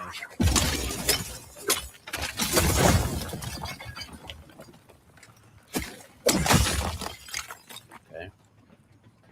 All right, so let's move this way. There's another one over here. Going this way. How did I know that RB was a fucking ping button? Oh, it's the creators that made this, or Apex creators. Still no enemies. To be fair, this is the gearing up phase, so let's skip that a little bit. Now you guys saw the gearing up phase from the actual players. Right there. Hell yeah. They finally found someone. Taking damage. I'm trash. Oh, Atreus is trash. I'm trash. Oh my god. I'm trash. Oh my god, Atreus is trash. Yeah, I apologize for utilizing a controller player to showcase FPS gameplay. I apologize. That's not something I normally do. But it's what I got. It's what I got. I'm sorry. Also, too, like the lack of fucking music. The lack of music in this game. What the fuck is with the lack of music? Why am I? That is terrible. Like not even some ambience or ambiance or whatever you call it. Like something. Give me something. Anything. I don't know. Give me up. Oh, thank you. Teammates got it. Refocused. Yeah. I'm sorry. I was trash. That's okay. I'm right here. I'm right here. Let's go. Let's go. Oh, right in front of me. I see him. Drop one. There's two. Drop one. Created an ice wall. Taking damage. It's on the back though. Got another one. Get the fuck off me, bitch! I'm better than you. Oh. Severed a soul. Oh, I just got sniped or something. Yeah, that's the last one. That's the last one. Broke her. Throwing a grenade. I'm finishing the fucking teammates off. I'm finishing them. Oh, I can't destroy. So let me say this. Like I said before, okay, earlier in the video. Highguard is not bad, but Highguard's also not good. It is extremely generic. It is literally like everything you've seen before, like with Apex and whatnot. And that's what I feel like is his biggest problem. I think it tried to take the safe elements of every game and tried to stir it into a pot to create something epic, and what they got was just the average of every game. Right? This is literally nothing new. And I think the reason why people are so pissed at this game is because of all the accounts that for some reason they still believe, all those accounts on social media, Jeff Keighley included, were saying that this is the greatest thing ever, that we're going to be apologizing to him in 48 hours, and that this is something unlike you've never seen before. That's ridiculous. This game is everything like everything you've seen before. It really is. There's no, and again, let me go over a couple of things really quick. So shout out to New Blackstreet for that. I appreciate it. I want to go over just really quick. Let me go over a couple of things that I found on Twitter for you guys. We're 70 something away from tier 1. Thank you, TJAP, by the way, for reminding me. I saw that. I was busy. Let's look at, I have some stuff bookmarked. Okay. I have some gamer thoughts about this game. There's quite a bit. So, okay, first one up. We got this one from somebody called Samito FPS. Okay, honest review on Highguard. Made me want to play the finals. The gunplay is super meh. Felt like Apex to me, which I never loved. Still love the art style. Fake optimized looked smooth and imploded in team fights. Needs to be 3v3v3v3 or something. Overall, 7 out of 10. All right, let's see what he's got to say. Out of curiosity. It could be good, could be bad. All right. So I just played the Highguard for like 3 hours, and I got some thoughts. Number one, at first, I was going to give it like an 8 out of 10. But to be honest with you, like this is a personal preference. I'm going to give it like a 7. The gunplay isn't there, bro. It felt like I was playing Apex Legends. And personally, my personal opinion, I hated Apex Legends. Warzone 1 had so much better feel and gunplay to it, right? 2, like, it's like fake optimized. Like, it looks smooth in the practice range and like the art style. Like, I like that a lot.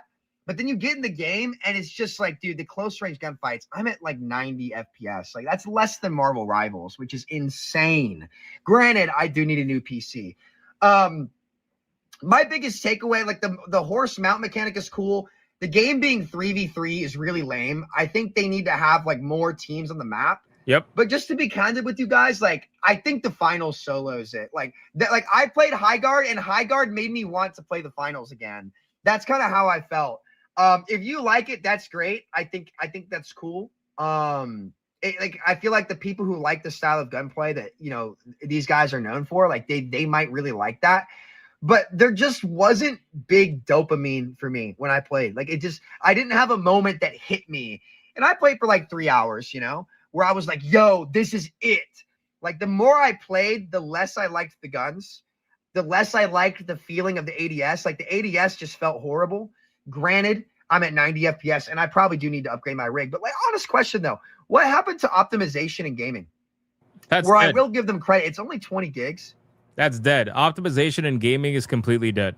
But what happened to games like being able to run when they came out? You know, like this, it feels like it's just gotten worse and worse and worse as tech. DLSS has made developers extremely lazy.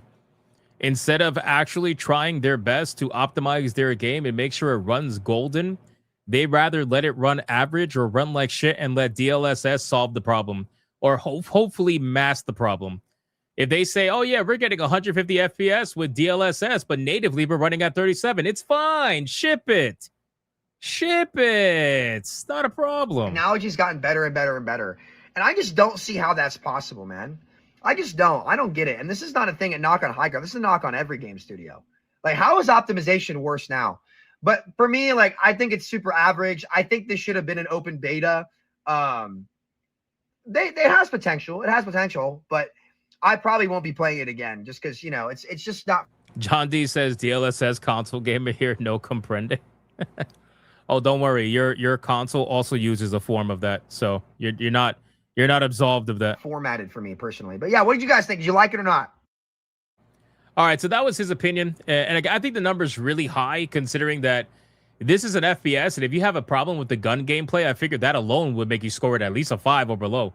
Because the gun gameplay is everything in an FPS. But anyway, so that's one. Shout out to that guy. And then we got this one from somebody called Game Dad 7. And it says, Highguard is another example of why I tire of online discourse regarding gaming showcases.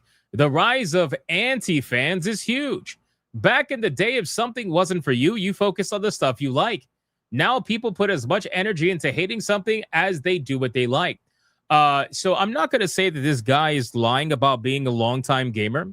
But what I am going to say is that if you were truthfully a longtime gamer and you believe that this is now a new thing, I'm sorry to tell you, you probably were not paying attention back in the day, or you really weren't as involved as you're trying to pass it off. Because I don't know about you guys, but when I was hanging out with my friends, all we did was talk about shit we liked, and we also shit on things that we didn't like. And we used to get into arguments if somebody liked the game and I didn't like a game, or vice versa. That's what we would do. We would talk so much fucking shit. It was insane. I'd be like, your game is fucking trash, bro. And then I would have my friend yell at me like, no, you're fucking trash. I'm like, yo, you're fucking trash. And then before you know it, that's it. We're playing video games. But still, like, that's like, if you really think that the supposed anti-fans is a new thing, I don't know what to tell you, bro. I don't know what to tell you. I really don't think these people were around for the conversation. You know, I think that they are around now because social media makes it easy. See, here's the thing. Social media makes it easy now to take part in the overall discourse, whether it's movies, TV shows, video games, whatever. Social media allows that easy point of entry into those conversations. Back in the day, it was not easy to get into those conversations. It was not easy to be on the forums, right? For World of Warcraft, for example, and taking part in all the conversations and potentially getting a blue post from a Blizzard developer responding to one of your questions or responding to one of your threads that happened to blow up because people were having, discourse over it, or any of that stuff, or the Final Fantasy 11 discussion, like all that shit, or other video games. There was discussions happening, but people, it was hard for them to take part in it because unless you knew about it, chances are you weren't doing it. Now on social media, it's everywhere, right? It's literally everywhere. You don't got to be part of a forum. You don't got to be part of like a special group or anything. You don't got to know a certain website. All you got to know is social media, and you'll see plenty of discourse around gaming. So that's why people think it's a new thing, because the people that think it's a new thing never took part in it in the past. But then people like myself who did take part of it in the past were like, this shit has been around for decades, bro. Where the fuck have you been? So anyway, that's the entire situation regarding this. I just thought that was pretty funny. And then we got this post right here from Gabe Follower over on X. And it says, Highguard is not bad. It's just a boring feature creeped gimmick that is 10 years late to the party. Even the first match felt repetitive. Maps are way too big for 3v3. It's practically empty. Environment art and animations are well made. Truly sorry for all the talented devs who worked on it. Another prime example of how disassociated corporates are from actual players. The only thing that justifies its existence is free-to-play model.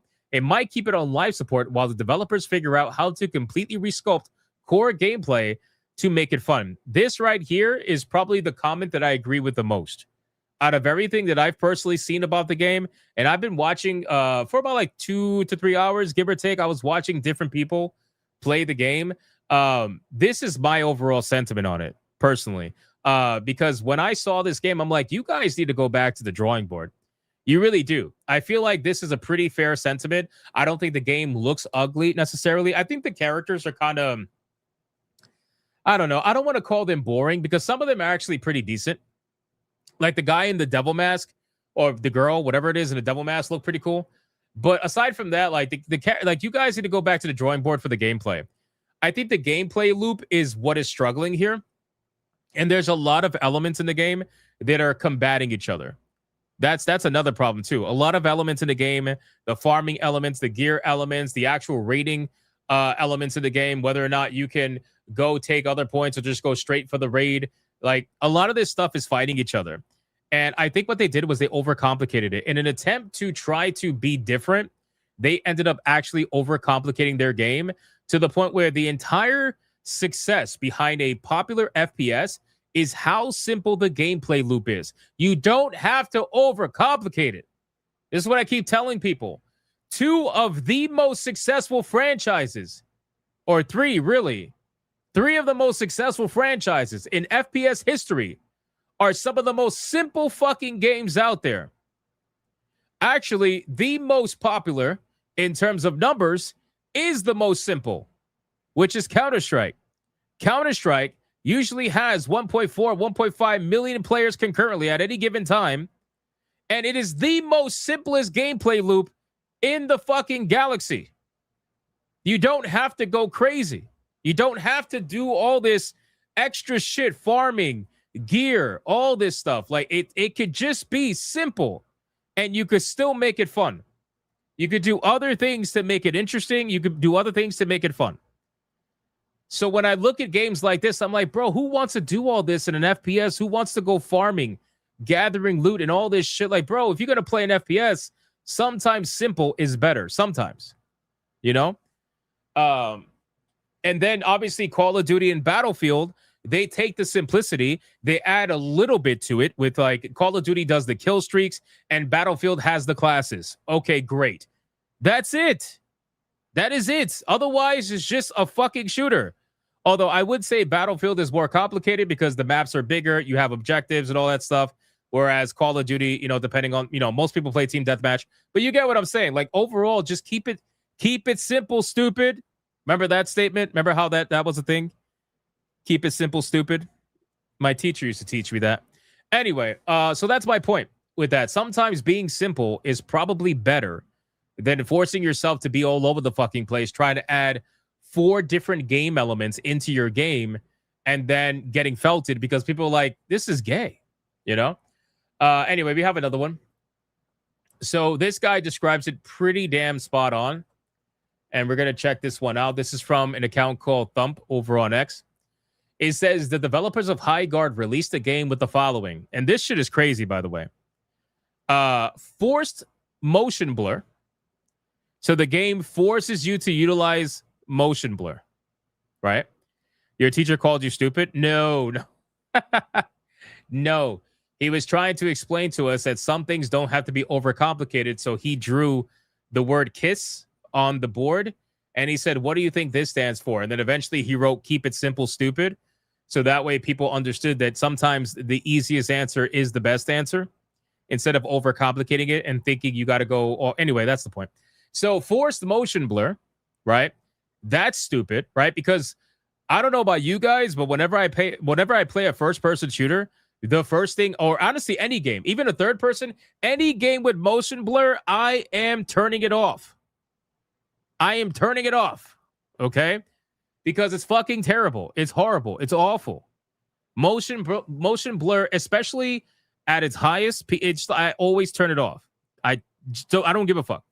Especially in a first-person shooter, that's one of the first things that gets turned off. And you mean to tell me you're forcing it? That's crazy, bro. Get the fuck out of here. You cannot hold to crouch, which is more like of a competitive FPS thing.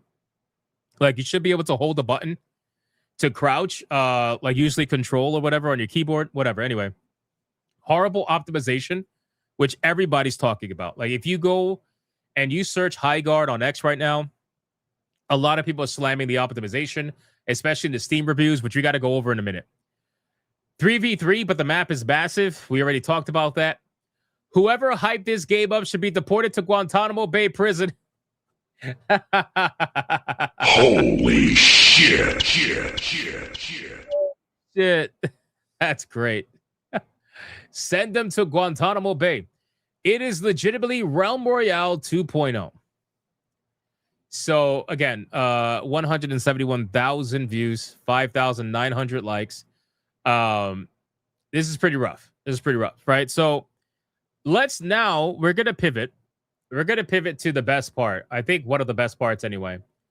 And that's going to be the Steam reviews. Because, oh boy, they're good. Are they good? They're great. These are great Steam reviews. It doesn't get better than this, right? Look at the first review on the right side. Negative review after 2 hours. We got this instead of Half-Life 3 at the Game Awards. God is dead. Oh, shit. That is crazy, bro. God is dead. Yeah, no, these are great. Ritesh writes, Jeff lied. Game is bad. Should have just watched porn instead of wasting my time on this. Holy shit. The characters are bland and forced with dialogue that is occasionally just cringe. This game doesn't feel optimized, kept pushing my CPU way past its regular threshold for no visible reason. Gameplay isn't that great either. Almost all hero shooters and extraction raiders out there do it better.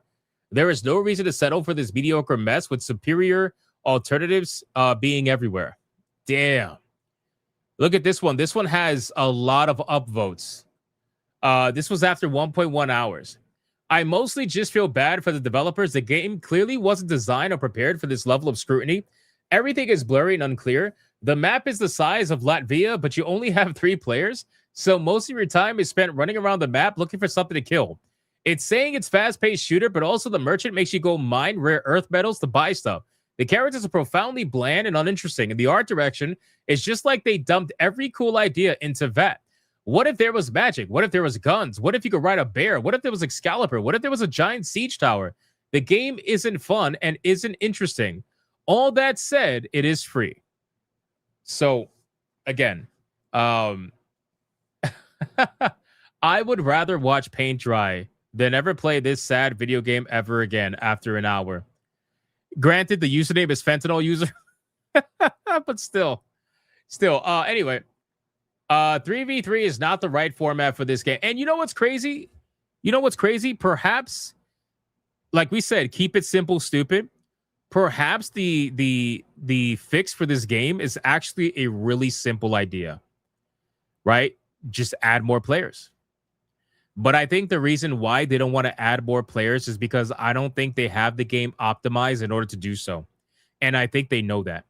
I think that they know that their optimization is limited to 3v3 at its best. And if they were to add another, say, 9 to 12 people, if they were to add 9 to 12 people, if they were to make this a 20-person map or a 20-person thing, I think that would make the game a lot more fun and a lot more bearable. But I also think it's going to show that the optimization for this game is really, really bad, right? So the other option would be to, instead of increasing the amount of players, the other option would be to reduce the map size. So that way people can find each other a little bit better and not feel like they're running around in some big empty map. Shrinking the map will be the next other probably simple choice, but still, the maps in this game are way too big for 3v3. The size would fit better for 5v5 or 6v6. The guns feels nice to shoot, but feel uninspired. Audio is weird because people sound like they're above you when they're actually in front of you and vice versa. This game needs serious work in order to be what it was hyped up to be. Well, that's the problem. See, buying into the hype is a major no-no for a game like this. Guys, I'm telling you, if you see the entire... I mean, this is like... I don't understand how people still fall for this shit. If you see the entire fucking industry saying the same exact thing at the same exact time, shilling for the fucking game, there is something suspicious about that. I don't care if it ends up actually being good. The chances of that happening is slim to none. When you have an obvious concerted effort where everybody's getting together to all say the same fucking thing, as if they're reading a script, where you have hundreds of posts, thousands of posts, tons of accounts, journalists, everybody saying all of that at the same time, especially after the game was dormant for a month or two.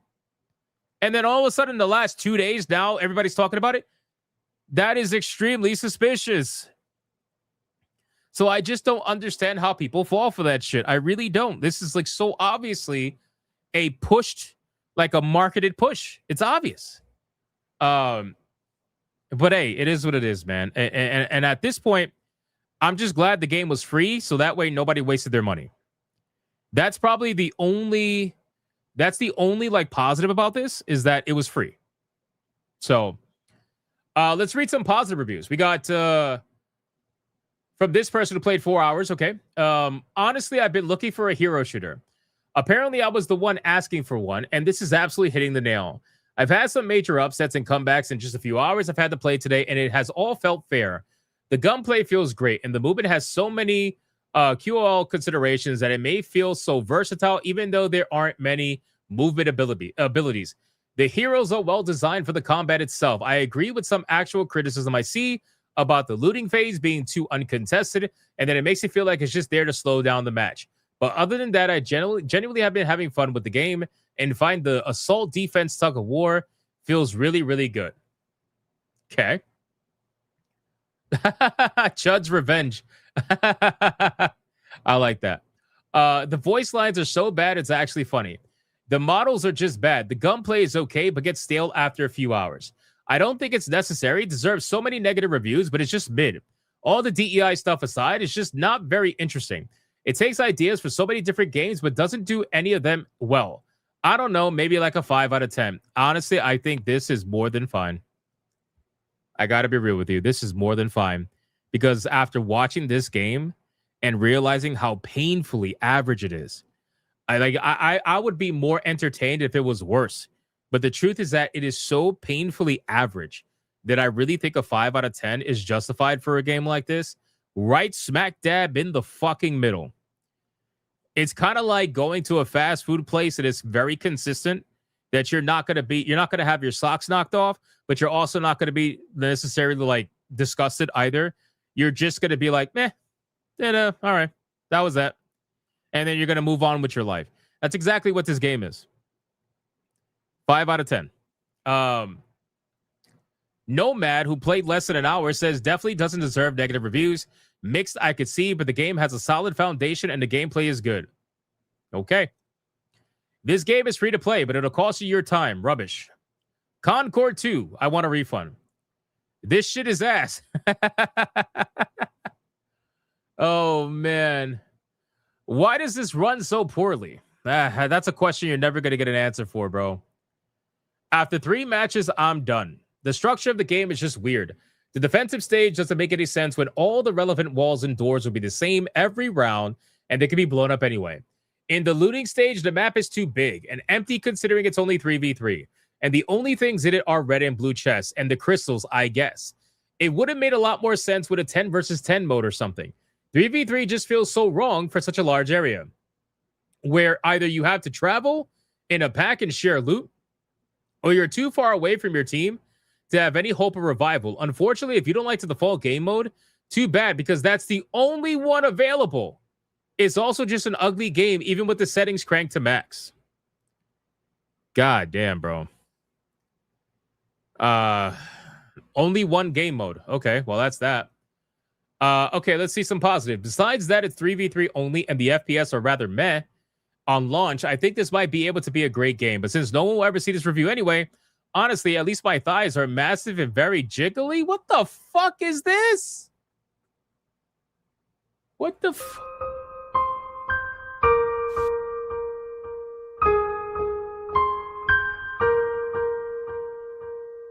What did I literally just read, bro? Okay. Upon completing my first game, I turned on my PC and went outside. The first time in 5 months. Thank you, Highguard, for giving me that experience. Truly what? Okay. All right, that was funny. That was funny. Truly one of the games this year. That was funny.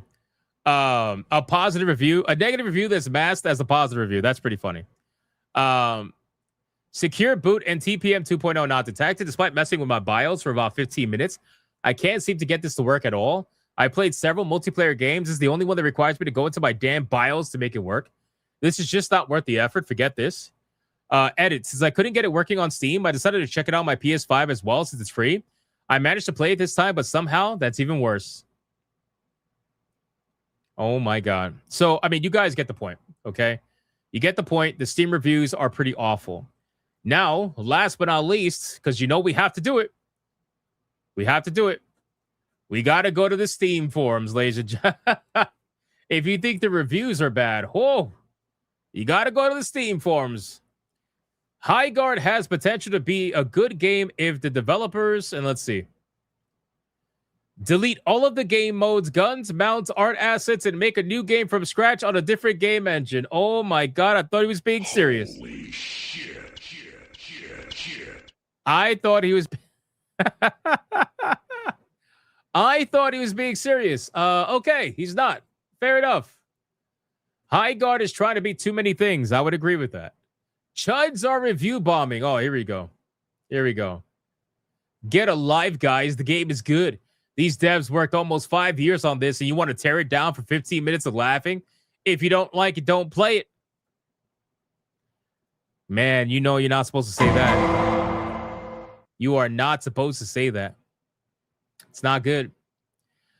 Just Alt F forward. I may have posted 5 times, if even that many, but this game deserves a negative post. When you try to be everything, you end up being nothing, which is more than likely where this game will end. Defense phase? Why is this even a thing? Make the walls take 2 hits or 1 hit and skip this step. Gear up phase? 6 people on a giant map that even with mounts, you will scarcely bump into other players. Remove this step or drastically reduce the map size. But what is this phase even for? You can't customize builds from the vendors and items to help counter the opposing team picks or anything? It's completely pointless. The guns and gunplay is all right. I won't complain much there, but good God, I had the game over for 2 to 3 hours and it's completely unplayable with freezing and plummeting frames. I have a solid rig with a 5070 Ti. There should be zero struggle playing this game. Anyway, I see why there was zero marketing posts after the Game Awards. This is the first time the Titanfall team has disappointed me. Hopefully they can do better next time. GG's. Yeah, this is rough. This is rough.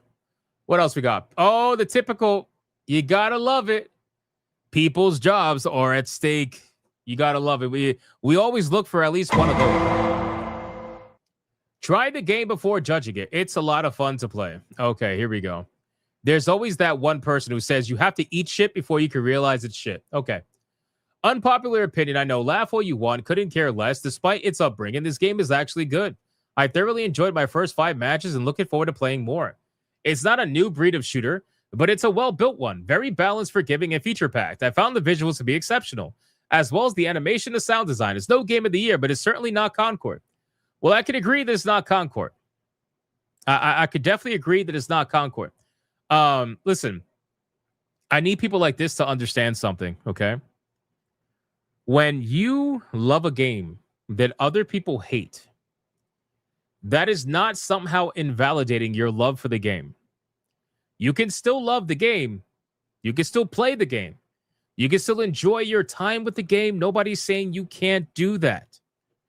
But if you're out here saying that because you love the game, that other people should try it before they make up their opinion, which is what the entire reason of a trailer's for, well, that's stupid, okay? The only reason why I would say you might hold some water to your argument is that this game is free to play. However, the truth is that if the game is free to play and people aren't spending their money, then they're still spending their time. And time is money for people. So if you're trying to tell people they got to waste a couple of hours before they realize that their entire idea about this game was most likely true, well, that's kind of stupid. The entire point of trailers, the entire point of reviewers, the entire point of all these systems is to help people make a decision before spending their money or their time on buying and playing a game. So to tell people that they have to play it before they could judge it, that's bullshit. That's bullshit. You need to make a better trailer if you don't like the way people are judging your game. That's just how I see that. This game is bad. You guys are positive. Base chuds are reviewing the game because it's really not good. The game is actually bad. Now you leftist zoomers are review bombing it following the LGBT effect. You don't even have a personal opinion. You were just positive for HIV. What the fuck is this, bro? What the fuck? Oh my God, man. Yo, the Steam forums are just, bro, they are crazy right now. They are crazy right now. Over 10K negative reviews. That's all she wrote, boys. This game is good. You guys are toxic. Posted from Jesus Christ, bro. Chuds are review bombing the game just because some stupid streamers said it was DOA. But the game is actually good. Now you alt-right boomers are review bombing it following the herd effect.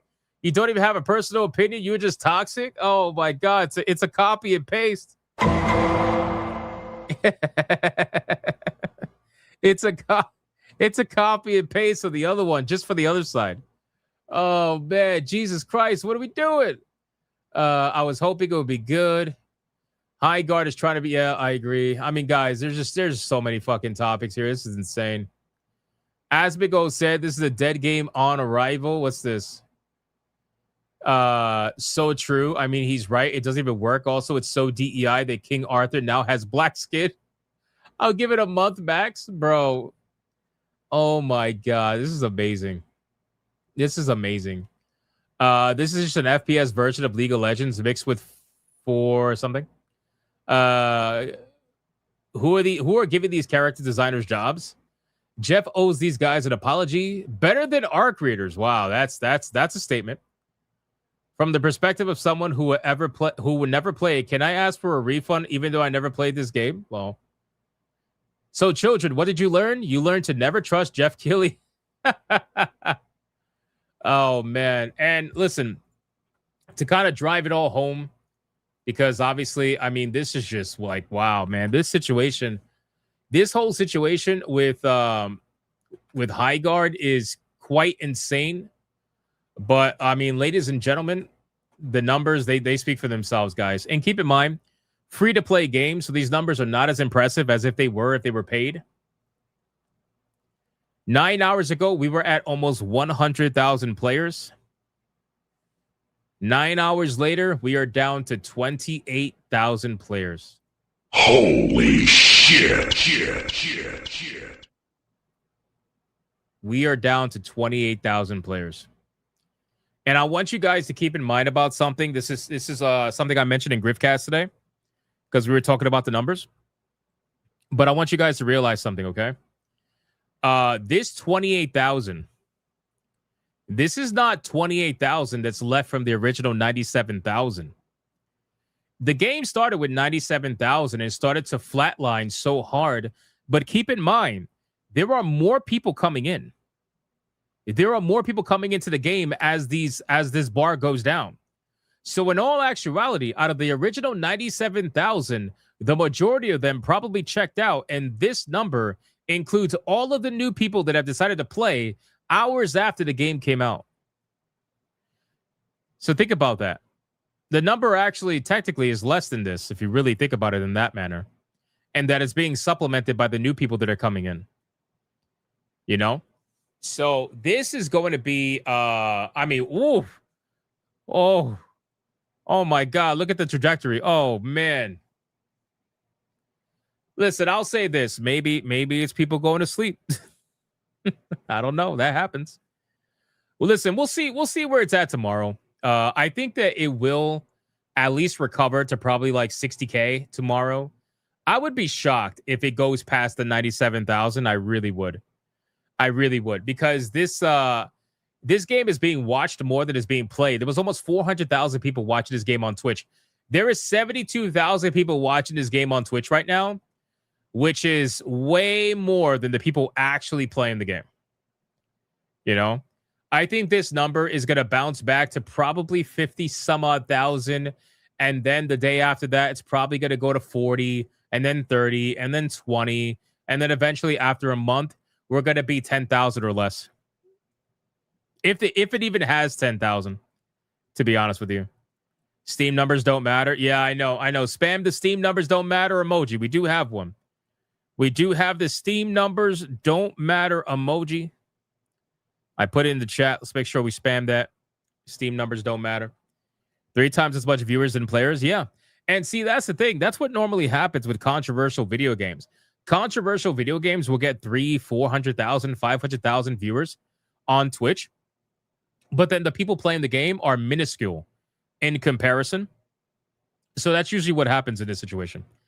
But yeah, that's it for Highguard, guys. When I say it crashed and burned, I mean, look at this. 28.39% positive reviews.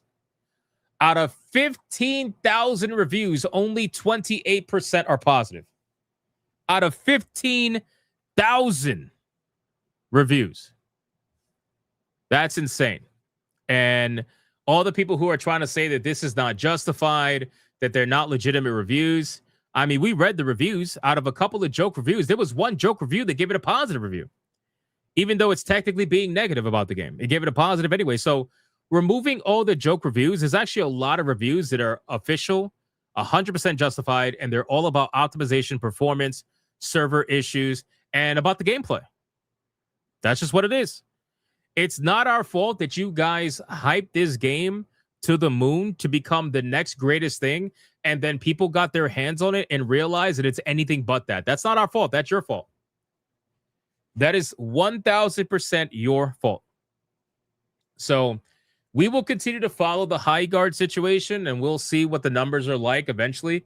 But as of right now, oh man, it's not looking good. I might end up making a video about this and compiling all this information, but it's not looking good. But Hypnotic, did they own the Chuds? Yeah, totally. They totally own the Chuds. They owned the Chuds by getting almost 100,000 concurrent players on a game that nobody had to pay for. Totally own the fucking Chuds. I'm sure their monetization store is selling gangbusters right now. I'm sure they're selling so much right now. Last but not least, really quick, we're gonna skip the indie games for today because we're out of time. We stayed on Highguard for quite a while, but that was fun. Resident Evil Requiem apparently is promising to run at 4K 60 FPS on the PS5 Pro. Now, here's the thing I will say about this, because even though, like, listen, 4K 60 FPS on a console is not the same as 4K 60 FPS native. Okay, that's not native. All right, this is not native 4K. This is highly upscaled 4K. This is fake frames 4K. We already know that. But regardless, they're promising that it's going to run at 4K 60 FPS on the PS5 Pro. The only thing that I will say that makes it somewhat believable is that for single-player games like Resident Evil Requiem with enclosed spaces, the RE engine is phenomenal. Okay? It is phenomenal, right? It is like unbelievable, right? It runs really well. The RE engine does really bad with open world video games, but with enclosed spaces, it runs very well. I've never had a problem with performance with a game that was made with the RE engine that was a single player enclosed space, but it's upscale from 720p. Yeah, I figured as much. They usually are. But still, okay, what does native mean? Native means that you're not using any kind of AI fake frames. So you're not using any kind of like DLSS or FSR or anything like that. Like you're not using any of that and you're still getting 4K 60 because like, unfortunately, a lot of video games these days, if you run native 4K 60, they're going to run like shit. Even on my 4090, Diablo 4 runs a little rough at 4K 60 plus whatever FPS at max settings without any of the stuff turned on. And then the moment you turn on, the moment you turn on like DLSS or whatever, it immediately jumps up to just like super high frames. But anyway, so this is what they're promising. This is what they revealed recently. And at this point, it says, should you be on a monitor that supports higher frames, you'll be able to take advantage of rates up to 120 FPS. So apparently they're now promising not just 60 frames per second, but if you have a TV that could do it, you'll get 4K at 120 frames per second. Holy shit. Wow. That is that's a claim. That's definitely a claim. It's definitely a claim. Unless they don't mean 4K at 120. Unless they mean you could get 120, but they're not saying necessarily 4K. They didn't specify. They didn't specify in this. But regardless, anyway. So for you PS5 Pro owners, I would love to know in the future if you play this game whether or not that's true. Because I'm not buying it on PS5. Okay, I'm going to be playing it on PC. I'll be reviewing it on Steam. But I would love to know if this is true from any of you guys that have a PS5 that are going to play this game on PS5. So please remember this stream because we're going to follow up on the story and see if it's true when the game comes out because I'm very curious. That's a really big promise. 4K 60 is already a big promise as it is. 4K 120, that's even bigger. So we'll see. All right, people are saying don't skip the indie games. Okay, so we got to be quick. We got to be quick. We're getting felt a little bit on tears. The first game is called The Shift. I'll show you the trailer right now. Let's check this out. This game is called The Shift over on Steam.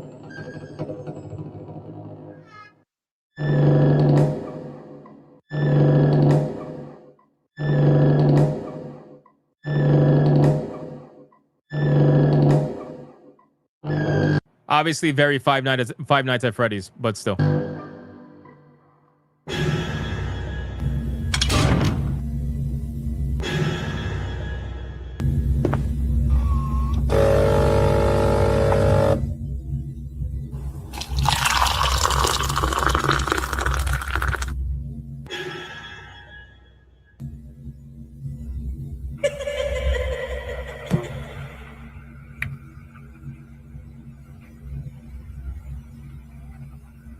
That's weird.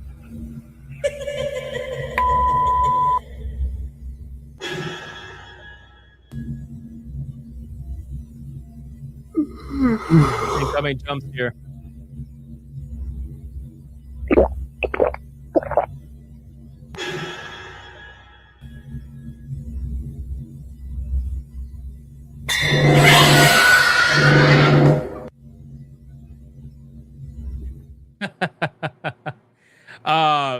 I've never been into like the Five Nights at Freddy's video games, to be honest with you, but I do like the concept. I do like the idea of it.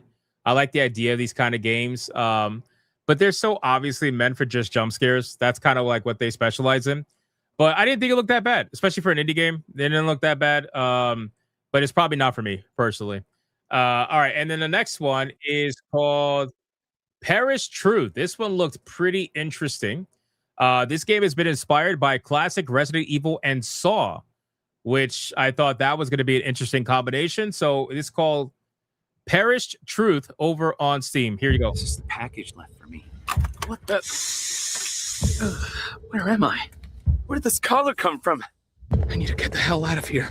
Wherever the hell here is. Hello, number 3. That collar you're wearing contains the Kiga virus, which will be injected into your bloodstream when time runs out. Your body will live on, but you won't.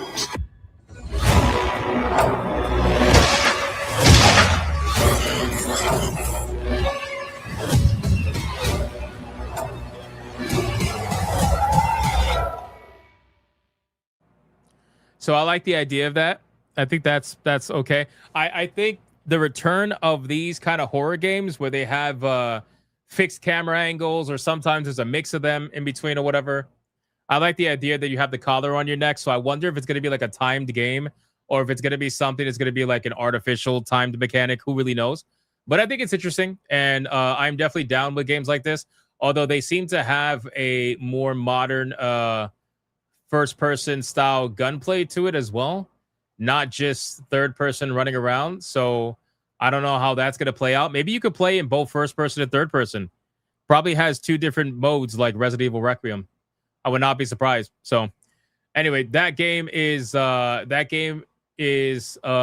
you call it? Going to be coming out, I think, fairly soon.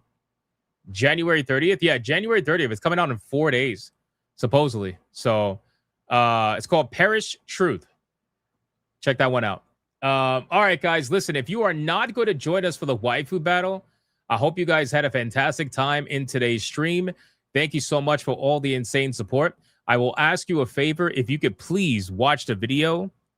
Please watch the video that I'm linking in the chat right now. That is the video for Knight's Path that I released today. A lot of people kept asking me to make a video on Knight's Path, so I did, and then nobody saw it. So please make sure to go check it out and support that video to the best of your ability. I would greatly appreciate it. Like it, comment, all that good stuff. And I believe Knight's Path also commented on that video. I pinned it, so you could definitely reply to that comment if you want to talk to the developers. And yeah, it's going to be a good time. All right, guys, let's get into the Waifu Battle. Let's have some fun, and then we're going to close it out. We're bringing back somebody who we haven't brought back in ages. Let's go.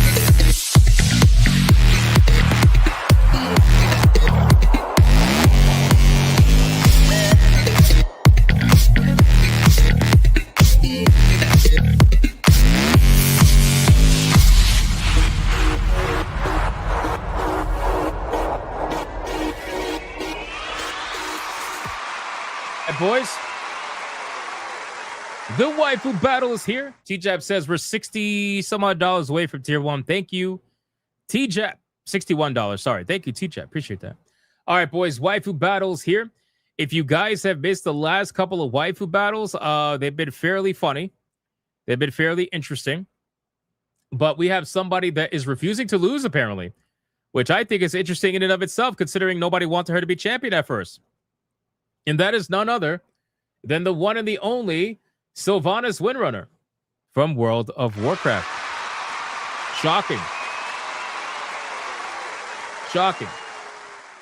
Let's catch up on supers, and then we're going to get into the rules of engagement. We got Adair Soto with a 20. Here we go! Mucha lucha! Mucha lucha! It's the way of life! Mucha lucha! He says the game is really generic. It's similar games that used to play, and not only that, Jeff Keighley, he's getting roasted on his Twitter page. Before the game ever came out, he's asking for people to apologize to him. He's coping. Yeah, I mean, at this point, we all kind of knew Jeff Keighley was full of crap, but I'm glad to see that it was proven to be true. Thank you for the 20, my man. Benjamin with a 2. Do you have any theory of why Jeff supported this game? I don't. I have to assume that there must be some sort of like investment in the studio, maybe. Like maybe Jeff Keighley invested in the studio. He has some sort of financial investment in this. Maybe he gets a cut of every microtransaction. I have no idea. Especially since he promoted it for free at the end of his show. That's crazy, you know? Monkey Man for a 2 had a terrible time. 7 out of 10, right? That made no sense. That made no sense. Mervoth with a 2. Humor me. Where Wind meets numbers after 3 months. I'll check right now. Where Winds meet is at 31,000 people playing the game right now and 68,000 24-hour peak. So there you go. There's more people playing Where Winds Beat right now. It's pretty funny. Let me check over on Rumble. What do we got on Rumble, man? We got D Draconic. Was it D Draconic? Yes, it was. D Draconic with a membership ×2 over on Rumble. Thank you so much, brother. I appreciate that. All right, let's go over the rules of engagement.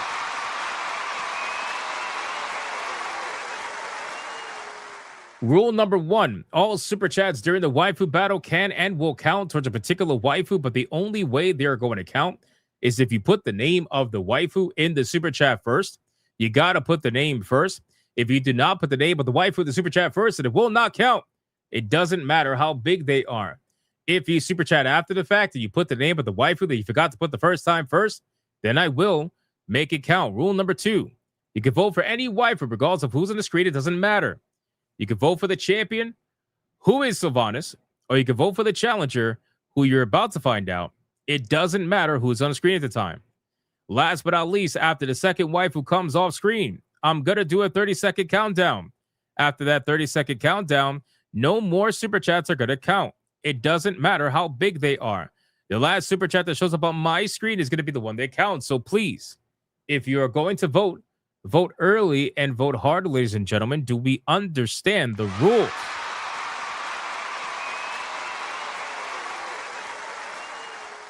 We don't understand a thing. All right, guys, listen. Today, we're bringing back a classic, an absolute classic. Somebody who's not been here for a very long time. I'm trying to remember how long it's been, but I know it's been a while. Let's bring her out and see if she could take down Sylvanas. I feel like she can. So we'll find out.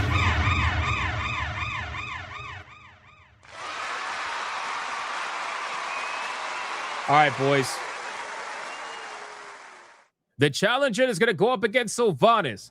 Is going to be none other than the one and the only Scarlet Witch. Ladies and gentlemen, let's start the clock and let's see who is going to win. Is it going to be Sylvanas or is it going to be the Scarlet Witch? Let's find out, ladies and gentlemen. Genetic Spore over on Rumble says that his wife won't let him super chat anymore. That's crazy. That's crazy. Deadeye's Lock with a 2 immediately on Rumble for Scarlet Witch. Thank you, Deadeye's Lock. I appreciate that. That was fast. Somebody's clearly a Scarlet Witch fan. Fallen Angel says, holy shit, how are viewers so low? What are you talking about? What are you talking about? This always happens during the waifu battle. What are you talking about? Crash Collins with a 5 says Scarlet Witch over on Rumble. Thank you, sir. I appreciate that. I appreciate that. Fallen Angel, did you just get here? Probably did. Toxin with a 189 says Scarlet Witch, Wanda whack me off. That's like, okay. That's insane. Violent City says easy witch. I wouldn't say easy because we've had some upsets before. Still. Not even for waifus? What do you mean? What do you mean? Yeah, waifu battles are lame. Well, that's unfortunate you think that. Because the waifu battle is what keeps the show going. Without the waifu battle, there is no show. So, unfortunately, most of the time anyway. He needs holy water. Yes, he does. He was complimenting you, asshole. I'm confused. God damn it, some dope mojo. I was confused. Scarlet Witch, it will do. Go Scarlet Witch. Blue Octopussy wants Sylvanas to win.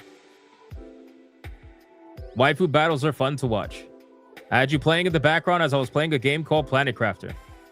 Oh, yeah. I mean, so viewers always drop. We always drop to about 250 to 300 when we do the waifu battle. But before the waifu battle, we're usually at 450 to 500. Like today, we hit up to, I think, 520 on YouTube. And then about 50 to 60 on Rumble at its peak. So not bad. Not bad. Especially since we're completely out of the algorithm because I didn't upload videos. So not bad. I will take the win. Waifu battle is the greatest gift of all time. Grift of all time. How dare you? Thank you. I generate waifus for spicy needs. Appreciate that. We got Abhorrent Soul. It looks like only Rumble's really participating today. Abhorrent Soul dropping a $20 banger on Rumble saying Scarlet Witch, even though she's a clanker loving mutant. That's true. She's a clanker fucker. That's true. T-Jab says Sylvanas has nothing, so she's bannable. Yeah, she probably will get banned most likely. Abhorrent Soul, thank you for the 20, my guy. I appreciate that, man. We got Damon Carroll with a 5 says Sylvanas, damn, Arthas did a number on her and the rest of the High Elves.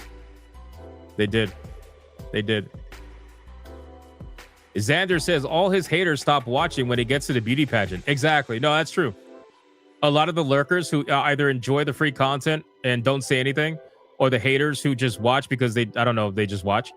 They leave usually during the waifu battle. So the combined effort between the two, usually there's a lot of people gone at that point. All right. We are going to be bringing down Scarlet Witch. And we are now going to be bringing out the one and only Sylvanas, ladies and gentlemen. Not so necro looking this time. Let's start the clock and let's see who is going to win. When Waifu Battles first started, he was breaking super chat records. Well, to be fair, I was also in the algorithm getting about 1,000 viewers a day. So there's that. Kind of happens that way. It's also something that's brand new at the time. And those are people that are like fair weather viewers where they will join in on something temporarily and then kind of like leave after that. So I care about the people that want to stick around for the long haul. I like people that want to hang out and whatever. So I appreciate that. Fallen Angel with a 10. Sylvanas saving her from being banned. Look at that. Immediately. Thank you, Fallen Angel. I appreciate that. Also, to be fair, we had a waifu battle recently that almost set records again. I think it was like almost 3,000 or something like that. When fucking Trey and it was the Hypnotica battle. Trey and Dr. Spike, but Dr. Spike's been MIA. He said he's very busy. He's doing doctor things. YouTube's just a bad platform. Well, the thing about YouTube is that subscribers don't mean anything. They mean absolutely fuck all. Like literally fuck all. You know what I'm saying? Like subscribers mean absolutely nothing. It's all about the viewers, the retention, and the watch duration and all that. It means absolutely nothing. Oh, speak of the devil and he shall appear. Dr. Spike with a 10. Hinata, I am late again. Bro. Dr. Spike, what's going on, man? You forgot about us? Shout out to Dr. Spike, the legendary doctor. He's super busy. What the fuck? He came out of nowhere. That's a little bit scary. I literally said you're busy doing doctor things. And then he shows up and he's like, hey, I'm here. By the way, I'm going to troll in the super chat. That's great. That's great. Dr. Spike says he's been busy. Nothing wrong with that, man. It's always good to be busy, bro. Tiger King says people copy the Waifu Battle too. Yeah, and look how many of them are successful with it. Almost no one. Not to the level we are, Tiger King. That's just the truth of it. So, but that's okay. Let them copy. It is what it is. It is what it is. Have fun with that. Thank you again, Dr. Spike. Appreciate that. Dr. Spike emojis on YouTube and Rumble. Spam them in the chat, boys. Spam them.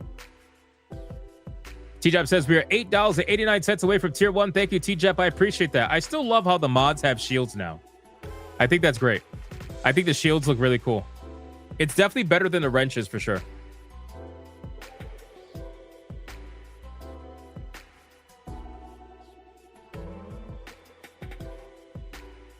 They have no passion. This is the one and only true waifu battle. I agree. I agree. I try to have as much fun with it as possible. I really do. If Scarlet Witch loses, you should bring out Black Widow and see if she's any better in the waifu battle instead of Marvel Rivals.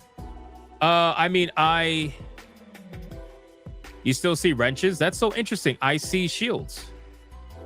That's weird. No, it's not Streamlabs. I'm looking at my YouTube chat. It shows shields. That's interesting. I don't know. Crash Collins with a 10 over on Rumble for Scarlet Witch. Thank you so much, Crash Collins. I appreciate that. Legendary. All right, boys. It is now time to bring down the one and only Sylvanas. And anything could happen at this point. We just barely passed tier 1 right now. Here we go. 5, 4, 3, 2, 1, go.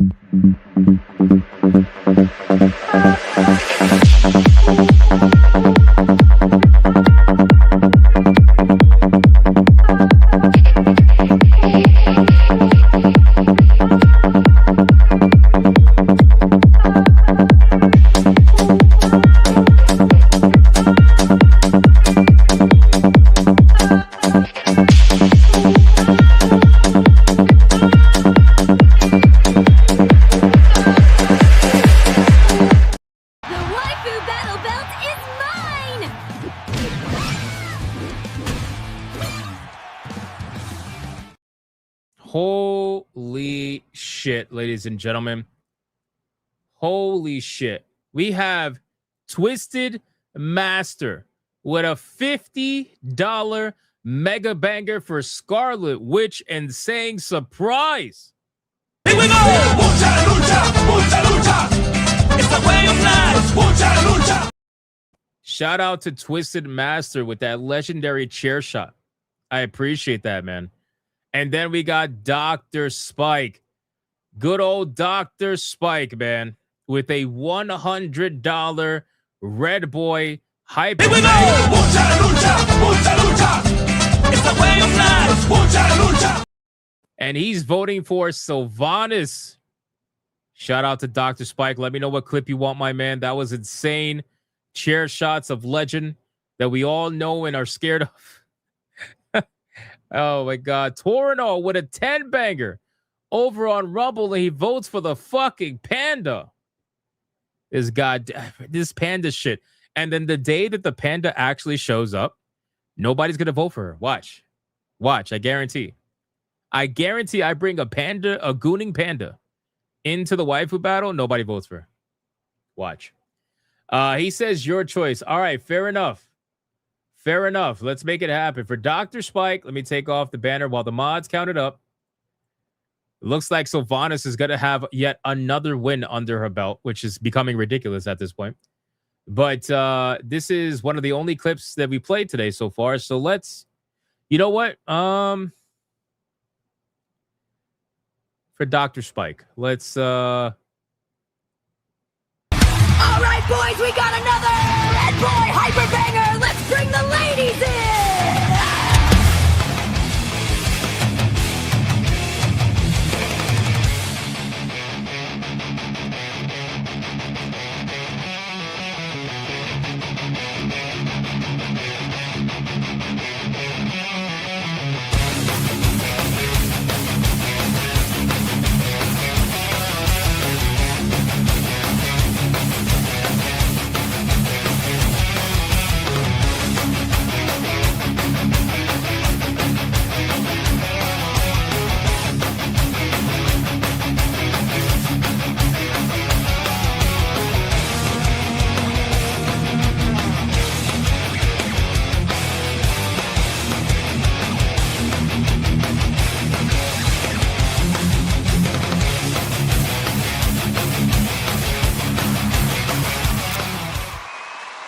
Shout out to Dr. Spike for the $100 Red Boy Hyper and Twisted Master for the 50 banger. I think that got us like within $50, I think, of tier 2. Shout out to you guys, man. Thank you so much for all the help and support. I really genuinely appreciate it. The numbers are in, ladies and gentlemen. And that was a pretty decent battle. You got Scarlet Witch at $88.99 against Sylvanas at $113.46. Which means the winner and still, geez, man, Waifu Battle champion is none other than the one and the only Sylvanas Windrunner, ladies and gentlemen. I mean, goddamn, bro. Like, this is what I'm saying. Every time I bring her out, people talk shit. They're like, why'd you pick her? Why her? And then the last time she was out, she was also winning like crazy too. It's insane. It's insane.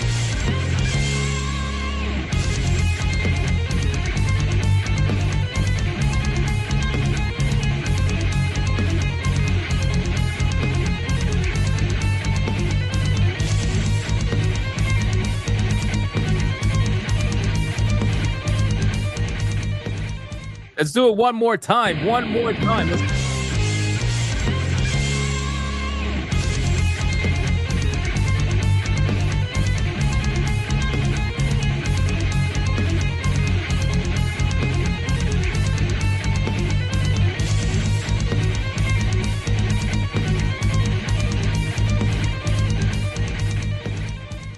There might be slight coping and seething happening today, considering how close it was. You are coping and seething. You just can't accept what you're seeing. Yes, you're coping and seething. The truth it is scalding, and now you are molding and coping so hard. Coping and seething. And that's going to be it for the Waifu Battle, ladies and gentlemen. Sylvanas is going to go backstage where she will face off against another waifu tomorrow, Hypnocast, 9 p.m. Do not miss it. And don't miss Griffcast either, man. Griffcast has been banging lately. A lot of people have been showing up to Griffcast, taking part in playing Life is Strange together, which has been very strange, to say the least. So do not miss that. Oh, shit. Holy shit.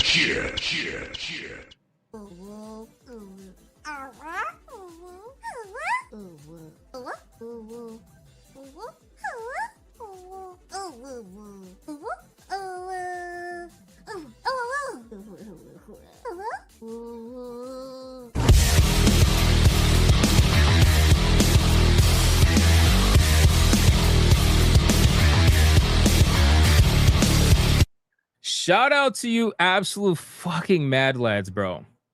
Managing to save tier 2 combined effort at the last second for 239 tier 2s in a row. It's somehow still going.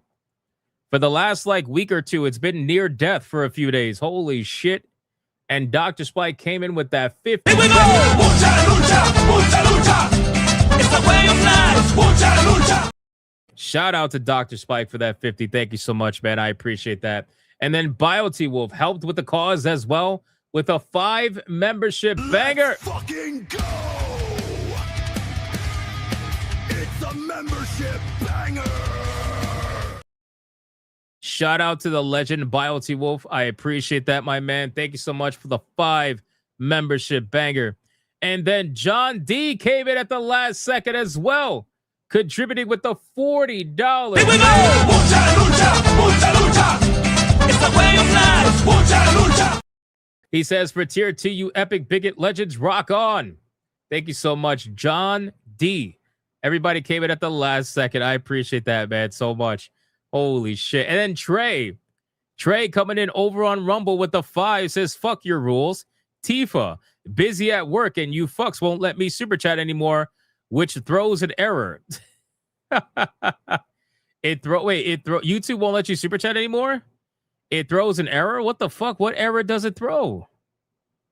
Is anybody else experiencing that? That's so weird. I just think that they don't like you and Dr. Spike. Although Dr. Spike's been gone for a while, so maybe they'll be like, all right, he's good again. You know, but Trey, like, I know they hate your ass, Trey. That's weird, bro. Oh, I'm sorry. Dr. Spike says that is the ban. Oh, Trey says, nope, it's just a generic error. I don't know. Dr. Spike says, I get that when I get banned. Oh, that makes sense. I don't know. Regardless, thank you, Trey. Appreciate the 5, brother. And an abhorrent soul gives a membership at the last second, and he gave it to Trey. Unironically, that's pretty funny. There you go. Abhorrent soul. Nice job with the memberships, dude. I appreciate that. That's awesome. John D, thank you too as well. All right, guys, listen, thank you so much for all the support. I appreciate it. Again, if you have not seen my video, I implore you to please go watch my video. Support it any way you can. Give it a like, give it a comment, give it a long view duration, whatever that may be. I would greatly appreciate it. Thank you guys so much for liking, commenting, spamming the chat, super chatting, gifting memberships, everything. I appreciate it. And shout out to the Hypno mods for doing what they do every single day. I appreciate you as well. And I will see every single one of you on the next one. Our streams are getting bigger and bigger. So thank you guys so much. I really appreciate that, man. I'll see you guys on the next one. Until then, go be bigots and go be gooners. Bye.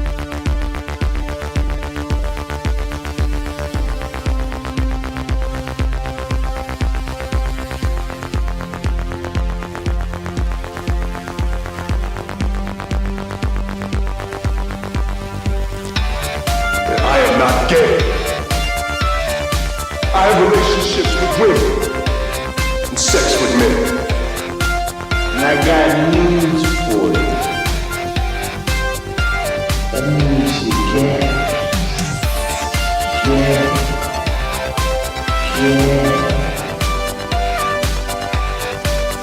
Poor kids are just as bright and just as talented as white kids. Her dog or her cat was named Vagina.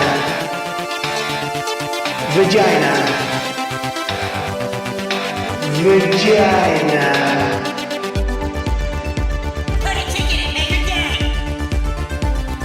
Fuck Indiana Jones, put a ticket in, make her naked gay. Fuck Indiana, put a ticket in, make her gay. It means put a chicken in a queenie and make her fucking gay. Fucking pronouns! Fucking pronouns!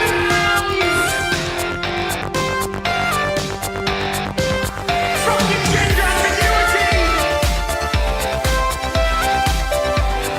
Fucking current day California shit! 'Cause that's all we fucking know! 'Cause we're boring! We're so fucking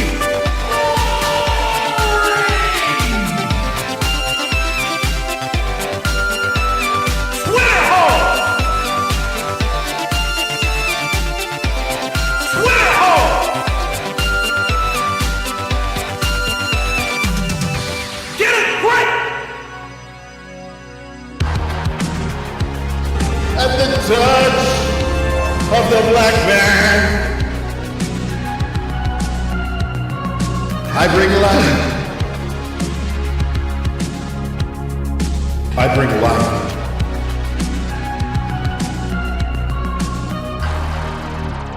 I bring life.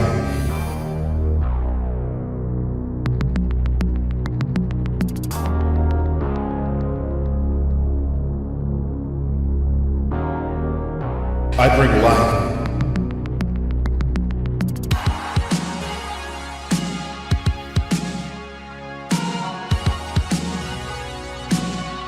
I bring life.